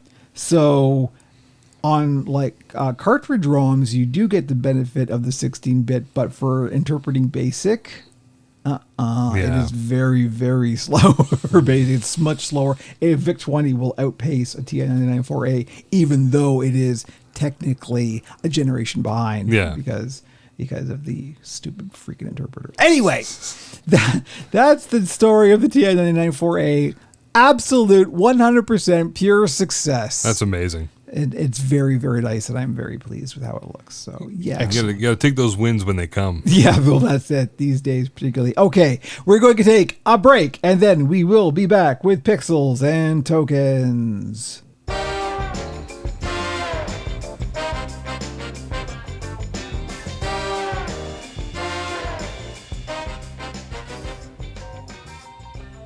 Video games. Board games. Video games. Tabletop role-playing games. video games. And now for Pixels and Tokens, where we talk about all kinds of gaming. But mostly video games. Welcome to Pixels and Tokens, where we talk about the games. I didn't put it in the show notes, but did anybody get anything for Black Friday? No. I got a Warframe thing. Oh, it was on sale. Oh, really? They had a Black Friday sale in the game? Oh, yeah. Oh, interesting. Neat. I picked up a couple of PS5 games. I actually went with the hard copies because I thought it was going to be a little cheaper, but it turned out to be more or less a wash. But I guess now I have more hard copies for my disc-based For your PlayStation. growing disc-based PlayStation stuff, right? I picked up Astrobot. That was on sale for a fair amount, so I'm looking forward to that. It's got a good rep. Yeah. Spider-Man 2, because I didn't pick it up when it came out. You didn't? No. I never, as I still haven't finished Miles Morales, so I'm like, so I figured it's discounted enough. It's all right. Final Fantasy VII Rebirth, same thing. I didn't finish the first one, and Stellar Blade was around the same price. And I figured, sexy robot lady killing stuff and 60 FPS looks. People seem to enjoy it, and they just announced a near replicant DLC for it, so you get to play as the 2B or 9S. That's the one, 2B, but yeah. So anyway, that was the extent of my game purchasing. At a first thought, I've probably picked up a couple of Fanatical bundles. No, that was a comic. Anyway, I bought a bed and a frame as well. Technically, Black Friday purchases. So, Black Friday, man, it starts earlier and earlier. Well, that's why I got the AMS, the filament feeder for the 3D printer. Mm-hmm. Yeah. That was apparently a Black Friday sale, despite the fact that it was like 2-3 weeks ago. It was in October. Yeah, it was late October, and they're like, "Fuck it, let's do this." So yeah, it's there's no need to wait until the actual Friday, Black Friday. the Thursday after Thanksgiving, kids. Friday after Thanksgiving, of course. Yeah. All right, moving on. Girthy, huh? Valve released a girthy 20th anniversary documentary on Half-Life 2. Okay. Jamie really likes the girthy thing. There's a perfectly reasonable term for what they released. Engorged. It's feature length. It's a Tumescent. feature length documentary. Rigid. Oh my god. I can't watch it now. I haven't had a chance to watch it. Now I It can't. is really good. They got Mark Laidlaw, no longer works for Valve, was in the room for talking about the plot of Half-Life 2. Everybody who worked on it was there. That's still alive. Was Gordon there? No. Gordon? He You doesn't. wouldn't have a lot to say anyway. Gordon. He doesn't exist. It's like one Half-Life joke. You're welcome. It was really good. Like, they get into a lot of stuff, like how Vivendi, their nominal publisher, was trying to bankrupt them the entire time they were making the game. Nice. How an intern figured out that Vivendi was having someone actually fudge evidence and got them the thing thrown out and all their expenses reimbursed. Jesus. Which basically saved them. It's so interesting. Like, Gabe was like, "Do I mortgage my house?" And the COO is like, "Yeah, at this point, I think we're at you got to mortgage your house to keep payroll going." It'll be fine. It'll be fine. It'll be fine. We're gonna catch up. It'll be fine. It's crazy. And now, how many yachts does he own? And, well, I mean, he's on a boat. I think the one he lives on when they're interviewing him. I'm like, why is the background going up? Oh, he's on a boat. It's really interesting. They dug into a ton of stuff. I forgot how late it released. Late. 2004. I thought it came out a lot earlier than that. Yeah, it feels like a 97. Or no, it felt like a 99 or 2000. But the 2004, I forgot completely that's when Half-Life 2 came out. That means it's 10 years younger than Star Trek Generations. Oh my god. It's just such a good thing, and they just released it on the 20th anniversary, just like they did for the 25th anniversary of Half-Life earlier. And they gave the game to everybody. Yeah. The game right. is free, and it also includes both the expansions. I think we've made enough episodes. money off of Half-Life. Let's let the people I'm about to have say, it. is there someone who has Steam that didn't already Yeah, I was own gonna Half-Life say, 2? like, yeah, Christ almighty, for the first 10 years of its existence, it was just the Valve collection. That was Yeah. the only thing you'd ever buy. And it went on sale all the time. All the time. No, it's well worth watching. I've got it Nice. linked in the show notes, and it's a good hour and 20 minutes.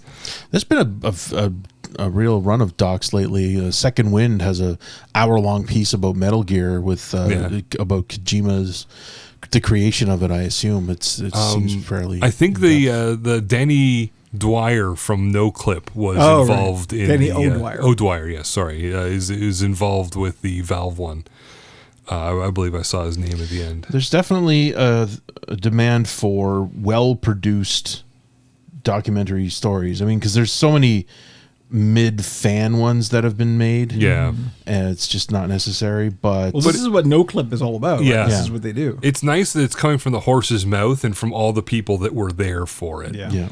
And just talking about, stuff that they thought, we'll never be able to do this, or this probably won't factor or pan out.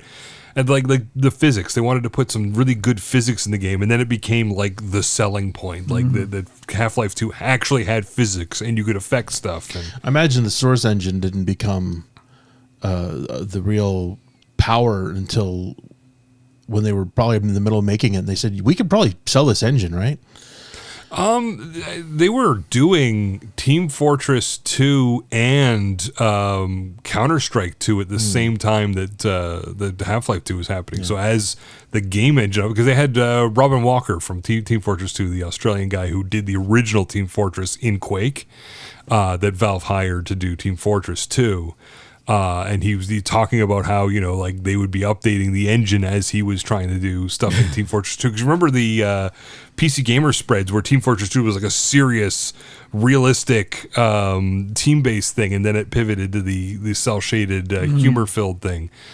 But it's really interesting, all the people they got on there to talk about this thing. It's fantastic. Cool. Speaking of Valve. Yes. This whole season pass thing is very interesting. So Valve has made clear what you need to label if you are selling a season pass. Yeah. So yeah, it was basically if a dev could sell a season pass and promise the world and then just not deliver on it. And by that time you couldn't get your money back because it was usually, like something that it was supposed to be doled out over the course of a year, and then one thing would get released instead of the four whatevers. So yeah, Valve basically just, they got tired of it. This must have happened a lot. I'm not aware of any specific examples, but there's definitely been titles that have, where illicit developers have sold content that doesn't really exist. Basically, if we sell enough copies of this, we can actually make the stuff we're promising. I think that's what it came down to, and that's just not acceptable. So, and Valve has finally locked that down, and hopefully that'll carry over. But for Valve to do that is a good statement. This is a similar move to their whole we actually need to change the wording of this thing to say that you're licensing software. Yeah. You don't actually own this thing. Exactly. It's more just specifying to the end user, no, this is what it really is. So. Yeah. Okay, yeah, we won't dwell on this because we've already dwelled on this. But yeah, Warframe has completely taken over my brain, like 100%. I found the thing. Remember last time we talked about it? I was like, yeah, I still play it occasionally, and it's fun. And it's but I could poke at it. Yeah, no. Wow. He's found the deep vein of lore and story missions. I did not see this coming. It finally went. Oh, okay. Nope. Now you're in. The second war is usually what does it. The story is very much definitely a thing that was like, oh, holy crap! Because it's neat in that because you've got all these layers of things built up. I mean, the game's been running for a very long time, and because of that, there's so many layers of things built up. But unlike other games, I'm sorry to keep making the comparison, but the games invite it. Unlike Destiny, for example, yes, like everything that ever existed in Warframe still is still there. Yeah. Right? They don't vault stuff like that. So as you're playing the game, you're kind of working through these layers of stuff. and you don't get to the real meat of the storyline. Oh no, until you're like halfway through the star chart. You still have another 2 huge stories that I know of, and I haven't really gotten very deep into a lot of the beginning just stuff. Started like the next one. I'm just there. Is that the Chains of Harrow? Yes. Okay. That's a good one. That one, I wouldn't call that one a huge one. Yeah. It's a good chunk, and it leads to a good warframe. But the one that happens after that, real big. Yeah. And the thing is, I know a bit about the lore, so I kind of can see what the foreshadowing is with like the man on the walls and the whole the ship that goes into the void. I can't remember what it was called. Never mind, it doesn't matter. Yeah. But yeah, it's really hooked me. Now, of course, one of the big problems and one of the things that turns people off of Warframe, and it was kept doing this to me as well, was just the level of complexity. Yep. We talked about this in the Discord. It's an onion with sub-onions. Yes. You keep peeling back the layers and you think you got it, and then under the layer of onion there's another 3 onions. They're complete and they're unpeeled and So it's kind of hard to wrap your head around sometimes about like, how do I do anything? How do I progress? How do I make this one thing? How do I need this to get this, but this needs this. And there's like 1,000 terms that you've never heard before. Something being thrown at you. And literally 1,000 currencies. Yeah. And that's not a great thing, but it is possible to find a road into that. A lot of it is passive, especially like you just absorb certain currencies, and when you need them, you've got them. Just there's some gotcha ones, like the one that only lasts 24 hours, and then you've got to. I got a tip about that if you want it later. But anyway, but yeah, I finally, and so a lot of it comes down to a particular YouTuber that I found, who's one of the bigger Warframe YouTubers. You send me a link. I need to fire that up and watch him. MH Blackie is his handle. He started as a German YouTuber. He's then started up an English channel, and he's kind of, I think that's his main channel now. Yeah, like he's big. Like they pay for him to come to TennoCon. Yeah. He's really good, and he's very good in that he has a mixture of like beginner friendly and also end game stuff. Yeah. And he makes sure that he's one of those people who's like trying to help people come into it. A rising tide lifts all boats. Yeah, exactly.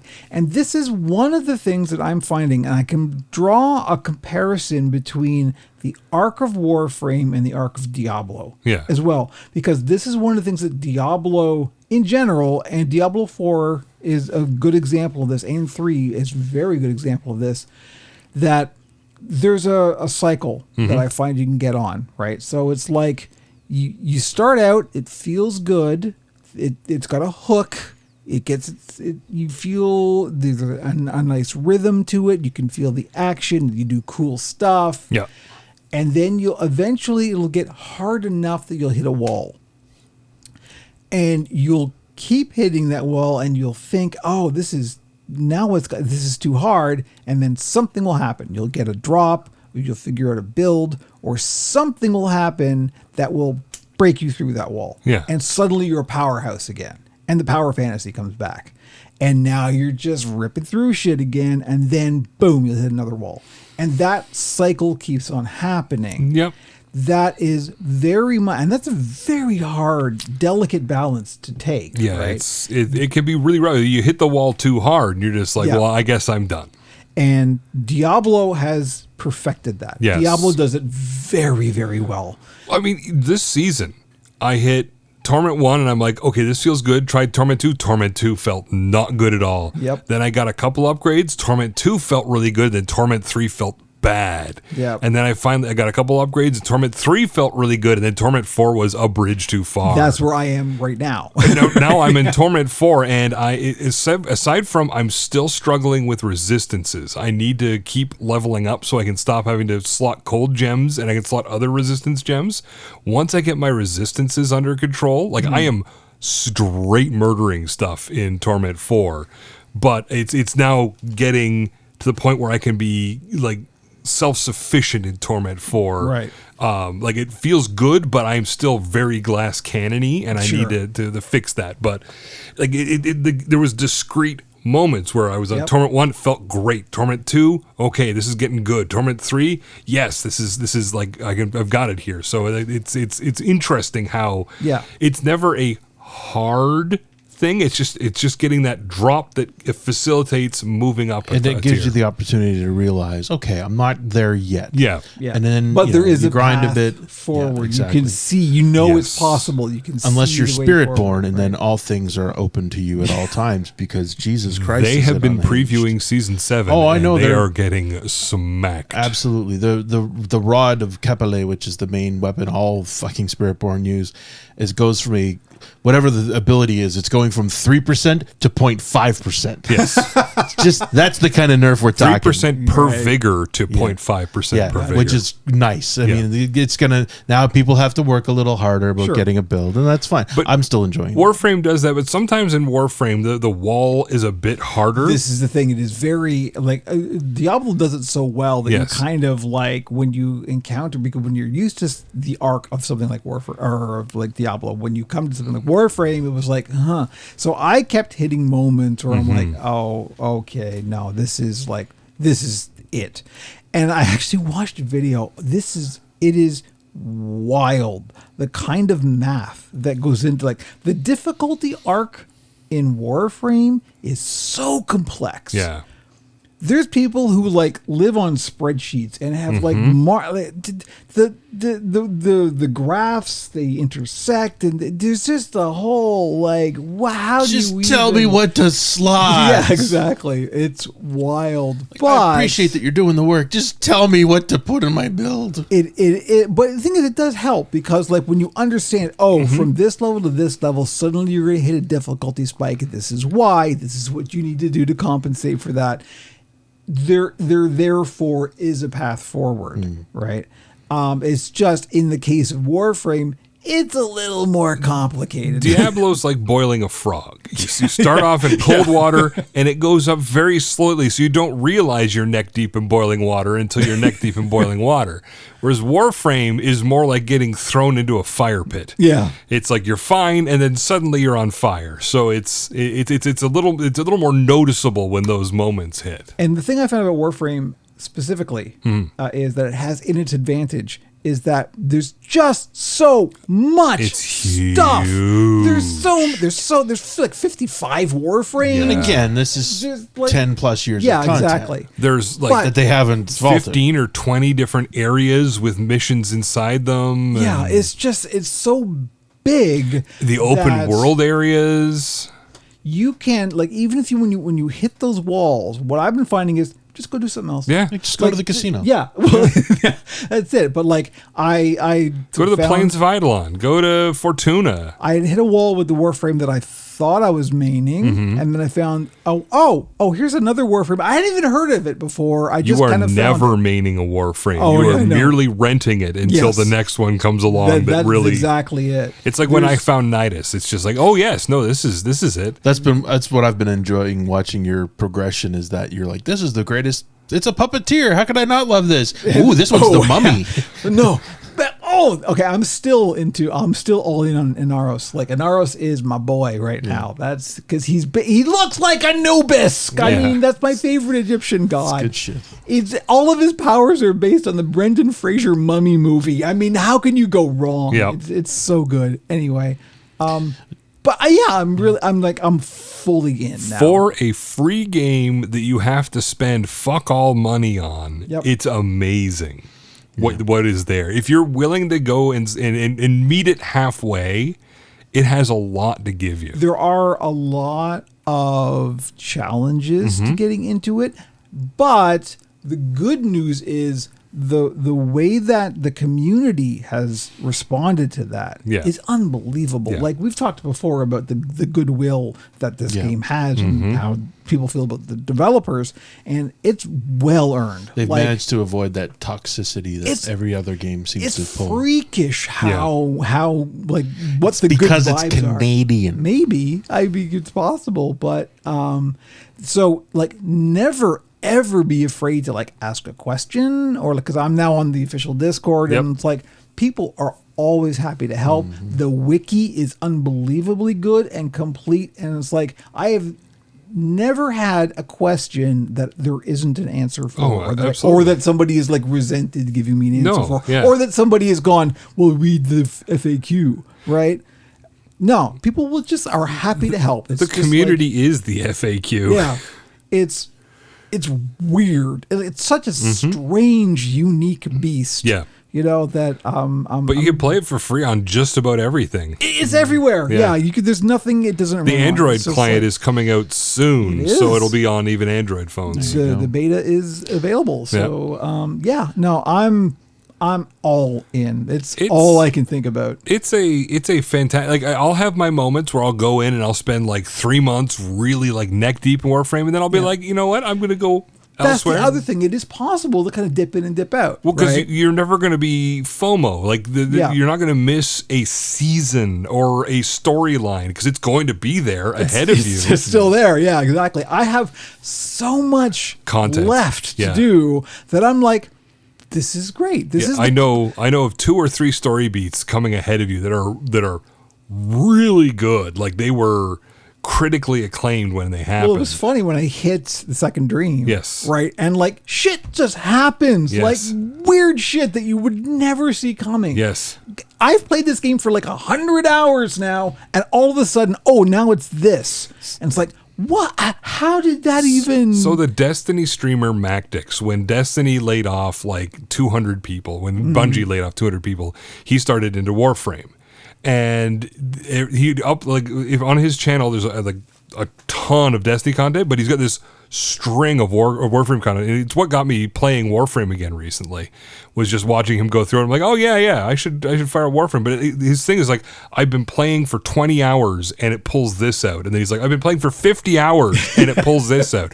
I've been playing for 100 hours and it pulls this out. Like every time you think you've seen everything or you've seen the limit, they're like, oh no, you like you're one peel deep on the onion here, my boyo. We've got time. It's wild. I mean, they're about to launch Warframe 1999, Yep. like a whole other game mode that is just like a whole. Well, they it's- keep trying weird shit. It's Dark just like- Sector, the game they released first that had a lot of the Warframe aesthetic, but it was an Xbox game. Yeah. Now they're able to revisit it in the Warframe world, And they're wrapping it into the Yes. lore, and these are the Yes. proto Warframes. Yeah, it's just neat. It's just the whole thing is just neat. It's I love fantastic.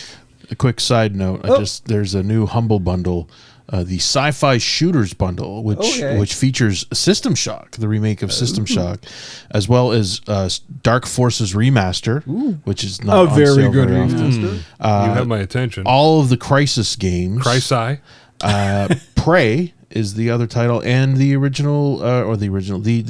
of Doom, 2016 Doom. 2016 Doom. Thank you. 2016 Doom. Very good. This Like is a for solid bundle. pick up and play first person shooter. Like you could do way worse than 2016 Doom. The whole bundle is currently $26.78 Canadian. Can't go wrong with that. That's a good deal. Where's my that's phone? worth it just for System Shock and Dark Forces. Yeah, So- no, that's 20 some odd bucks is what Dark Forces sells for. Yeah. So So while Jamie's buying things, let's segue to we're living on planet Balatro now. yeah, this is nuts. They won 2 golden joysticks and they're up for 5 the game the fucking game of the year. Jeff Keighley Awards. Yeah. Oh, the Keeley. It's nuts. Yeah. And on top of that, it's on top of the Android paid apps. It beat Minecraft. Yeah. It's ahead of fucking Minecraft. And on top of that, it's also, I didn't even realize this until just like last week. It is part of the Apple Arcade bundle. So if you have the Apple bundle that includes, if you're paying for arcade, you've got Balatro. I mean, it's still one of the more expensive titles in either of the platforms. It's $13 Canadian, I think, on Android. I picked it up. I said, "Fuck it, I'll give you $13." Yeah, no, I picked it up on iOS and Android. Yeah, there you go.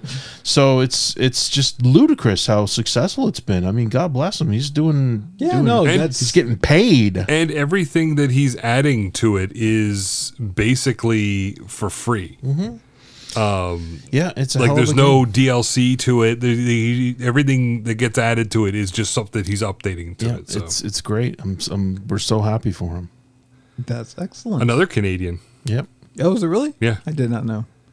I don't. I gotta read Roman numerals now. Final Fantasy XIV. That's 14, right? All right, here's the thing. When I told Jamie about this, I accidentally typed Final Fantasy 4 VI. and I'm like, IV, yeah. So pixel art? Like, why are you surprised this is coming to mobile? Like Final Fantasy 4, you could emulate that on a toaster. No, they're 14, right? Yes, they are porting. Hey, I read the Roman numerals right. They're porting Final Fantasy 14 to mobile. I know about the Roman Empire. Yeah, you do. I'm sorry. We've established that. It's but this is a big fucking deal. Because Final Fantasy 14 is one of the most successful MMOs of all time. Oh, the MMO. Yes. Okay. Sorry. Should have. I don't know from the Final Fantasy. 11 and 14 are MMOs. I will never forgive them for fucking calling 11 and 14, making them part of the series when they're the MMOs. Okay. They should never have been numbered. That bothers me to this day. It should just be Final Fantasy Online. Exactly. Yeah. And they just didn't know it's part of the series. I did actually play. I guess it was 14, the one that's the one that everybody played. The one that they had to reset. They did the hard reset and restarted that. So I played that. I actually did play that a little bit. Yeah, I played a little bit as well, and I just couldn't get into it, which was disappointing, but it's fine. So the idea of doing a mobile version of what is a very complex MMO is going to be interesting to see how they do it, because they have to streamline it on a pretty large scale. Yeah. So, but could like be Black Desert. massive. There's a Black Desert mobile version. Like, so, it's a big bet. It's a big bet for them, and it's Squeenix. Another company is doing the port, so it's not. They're basically. It's not like what's happening with Destiny Rising, which is the online, NetEase. the mobile version of Destiny. It's this is going to be, this is going to be just a dedicated platform or iOS and Android version of one of the most successful will be the same MMOs servers. No, it will not be with those. It's because you can't. I mean, that's important. One of the big issues I bounced off of it is how hard it was to read what was going on, because they didn't scale text properly for whatever reason. So if you had a high resolution, you couldn't read shit. And this was early beta shit. I'm sure that was one of the reasons for it, but it made it almost impossible to play. And even on PlayStation 4, the last time I tried it, which was not that long ago, it's just a few years ago, the menuing system was just a mess. Oh, there's just so much going on that there's not much they overthought it. It was just there's too many layers. Yahtzee had to put up a video this week where he took Castlevania Symphony of the Night to task for its utterly abysmal UI. Right. The UI system on it is terrible, and it was such a great game that you forgave them for it, but holy shit, it was badly designed, and it's insane how bad it is compared to how good the game is. The fact that they just didn't even try to make the UI logical. So anyway, they have to simplify so much to make this viable as a mobile game. So I'm excited to see how they play it out. And, cost is a factor too. So MMOs in a traditional sort of EverQuest / Warcraft model isn't that hard to interpret, actually, because it's all based on auto attack, hit a skill. The online mobile MMOs thus far have been, action games, basically. Stuff like, the big boys. Yeah. Genshin Impact. Even though, stuff. like, Rapid Kid ran to Warframe, because there's a mobile version of Warframe, and it is the same. It's just the same game. Like, you play on the same servers and everything, but they do implement an auto attack type feature. And so, like, that in itself, as long as you can get around the menuing thing, right? If it's anything that's based on auto attack, they're work. going to have to simplify the hell out of it. But the idea of doing a raid in a mobile game is nuts. No, people will be like, so they have to try it. They have to do something similar, but the idea of putting aside the time, separating out the server is probably the way to go with that, because it means that everybody's on a level playing field, so you can tune it to that. kind of style, So, right? But, yeah, it's. Can I tell you, there's nothing I'd rather do less than play an MMO on a phone. Oh Yeah, no, I mean that's dude. it. I don't know. I don't even play Warframe on my phone. Like, Yeah. it's just, I load up Warframe on my iPhone. I go down to the thing what makes the things. Foundry. Yes, and then tell it to make a new thing. You know, you can do that on the companion. I know app. you can, but I like to see everything, and Yeah. and sometimes I like to play with mods while I'm yeah. doing that. Oh yeah, no, it has its uses. It's I just would absolutely not try to playing the ninja game run. is not Yeah. one of them. No. Yeah, So this is going to be a big deal. And Sure. they're not. I don't even know if they've got a date for the actual release. They just announced its so existence it's this week. it's the same game though. It's got the same bones, Right. and the same story, and all the quests will be the same. right. all Well, that, right. that's the question. How much of it can you truly Right. replicate in this format versus what the PC version or the console version would demand of you? So right. it's a big step. It was a PS4 Yes. launch, right? Yeah. Yeah. I remember vaguely. Yeah. Okay, last thing. Oh dear, I did actually hear about this because I'm a little bit tuned into the whole people. What got HOTAS is Oh, keep talking Oh, about man. this. Microsoft Flight Sim 2024 launched or did it? Yeah, it's incredible how they clearly were not prepared It's for not it. like Microsoft owns a cloud platform that they can just scale up. It's such a and- damning example of how you fuck up scaling. So the key issue with the new game is that you don't download the maps. You basically This was stream also it. true for the previous one as well. Did that? So it did work that way. It So did. somehow they fucked it up in the newest version. The first problem they had was nobody could log in because it's part of Game Pass. So everybody went, "Ooh, Flight Simulator 2024, fire that shit up," and no one could get in. People who paid the $150 for the Fuck You edition couldn't get on to play the game. And if you Yeah, did but welcome get on, to an MMO launch. right? And if you did get on, you would fly in an area and there would just be a shitload of pop-up and resolutions were taking forever to populate in the area you were in. And it's just been a disaster. So evidently bridges, I guess this has been a thing for a while. If there's a bridge on the map, you can't go under the bridge because it renders as a block. So it just continues downwards. Here's the thing about the new Flight Sim. So it's very cool in that it uses real-time map data and all that. So the thing that you're flying through is as close to real-time as you can possibly get and all that stuff. It's still basically Google Maps. Yeah, Right. It's straight up Google Maps. Yeah. Oh, I'm sorry.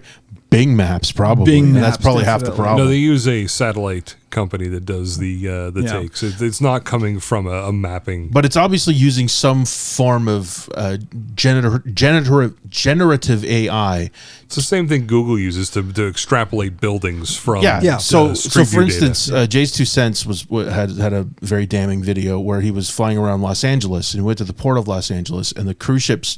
Some of those things rendered weird because you're only supposed to see them from the sky. So if you're super low, it looks Yeah, like shit. no, these- But the trees, there were trees in the ships that were in the fucking ocean. Like trees were popping up because it just randomly just throws trees everywhere. Basically, just there's no rhyme or reason to We it. need some trees here. I don't know, Make trees. but how do you program that? It's like it's the map of the fucking earth. There's only so much you can tell it to make it do its job. But it was just like just put some fucking trees there, whatever.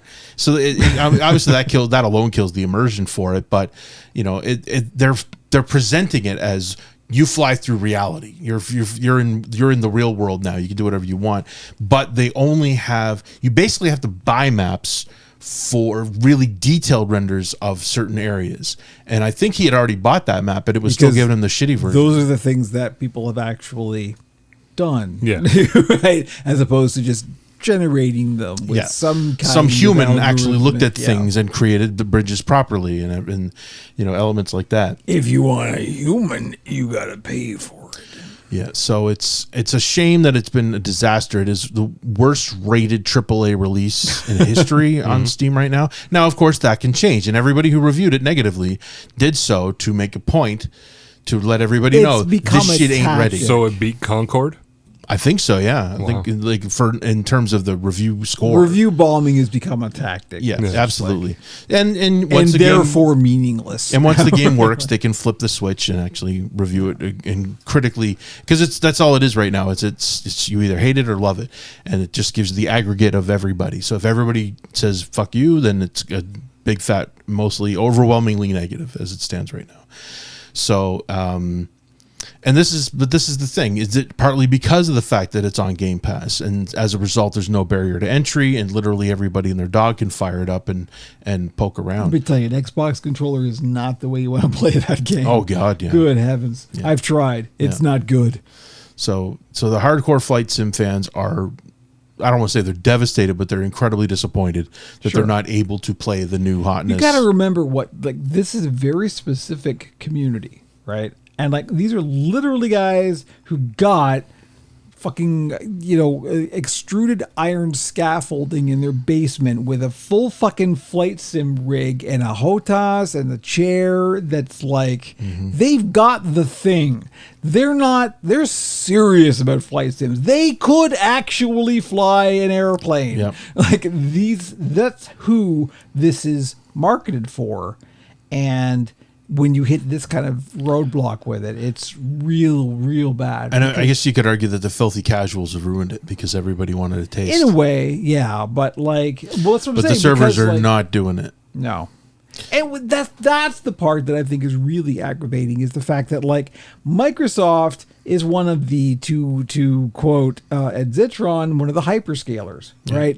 They got the juice. They've made sure they've got the juice. They're buying fucking nuclear plants to make sure they got the juice. Give them the juice. If you got the juice, give them the juice. Give them 10% of the Copilot. Yeah, juice. exactly. Maybe we could play But this. that's the Ironically, problem. Copilot is the problem. That's the thing, though. All the juice is going to the marketing bullshit right now, and it's not actually going to the thing that would cause And the real difference. The fact that it took them at least a day or two to get it to a point where you could even log into the game to play it is unacceptable. Now, to a certain degree, I have some sympathy for the developers in that, having sat through a number of MMO launches, it's you can't plan for the scale that you need. You can't. You have to just see what the demand is and then meet the demand. That is, there's no way to predictably foresee what you're going to need without wasting a shit ton of money. Right. So I get it. I get why things launch like this. This is why, whenever, when Diablo 4 launched and you couldn't get in, I'm like, it's fine. It feels like they want to make it a subscription service, just this game.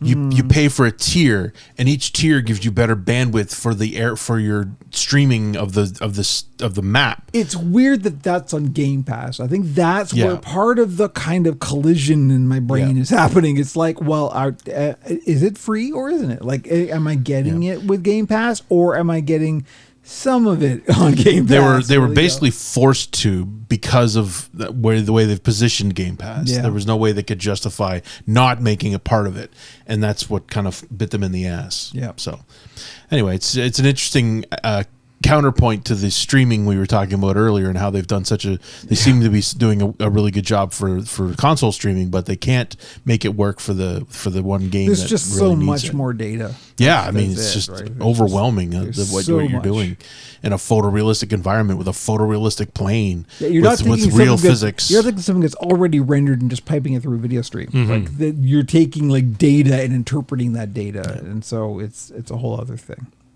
All right, I think that will do it. Are we good? I'm good. We good? We're at time. We're actually a little bit beyond time. Oh, there's just one more thing. No, I don't have another thing. I just definitely. wanted to do a shitty Columbo. There's no more things. So we may or may not be taking a holiday break. We are still going to talk about that. We probably aren't going to take a holiday break. We're just going to roll on through. We will see as schedules develop, but we will still be here making the podcast, and hopefully you'll be here listening to us making the podcast. OperationPuppet.com for all the links. Thank you, Jamie. Thank you, Andrew. Join the Discord. Join the Discord. Join the and Discord. We will catch you next time. You have been listening to Pixels and Puppets, the Operation Puppet podcast. Visit www.operationpuppet.com for all our links. Tell your friends, give us a rating wherever you get your podcasts, and join us again because nothing is more entertaining than aging nerds giving their opinions on the internet.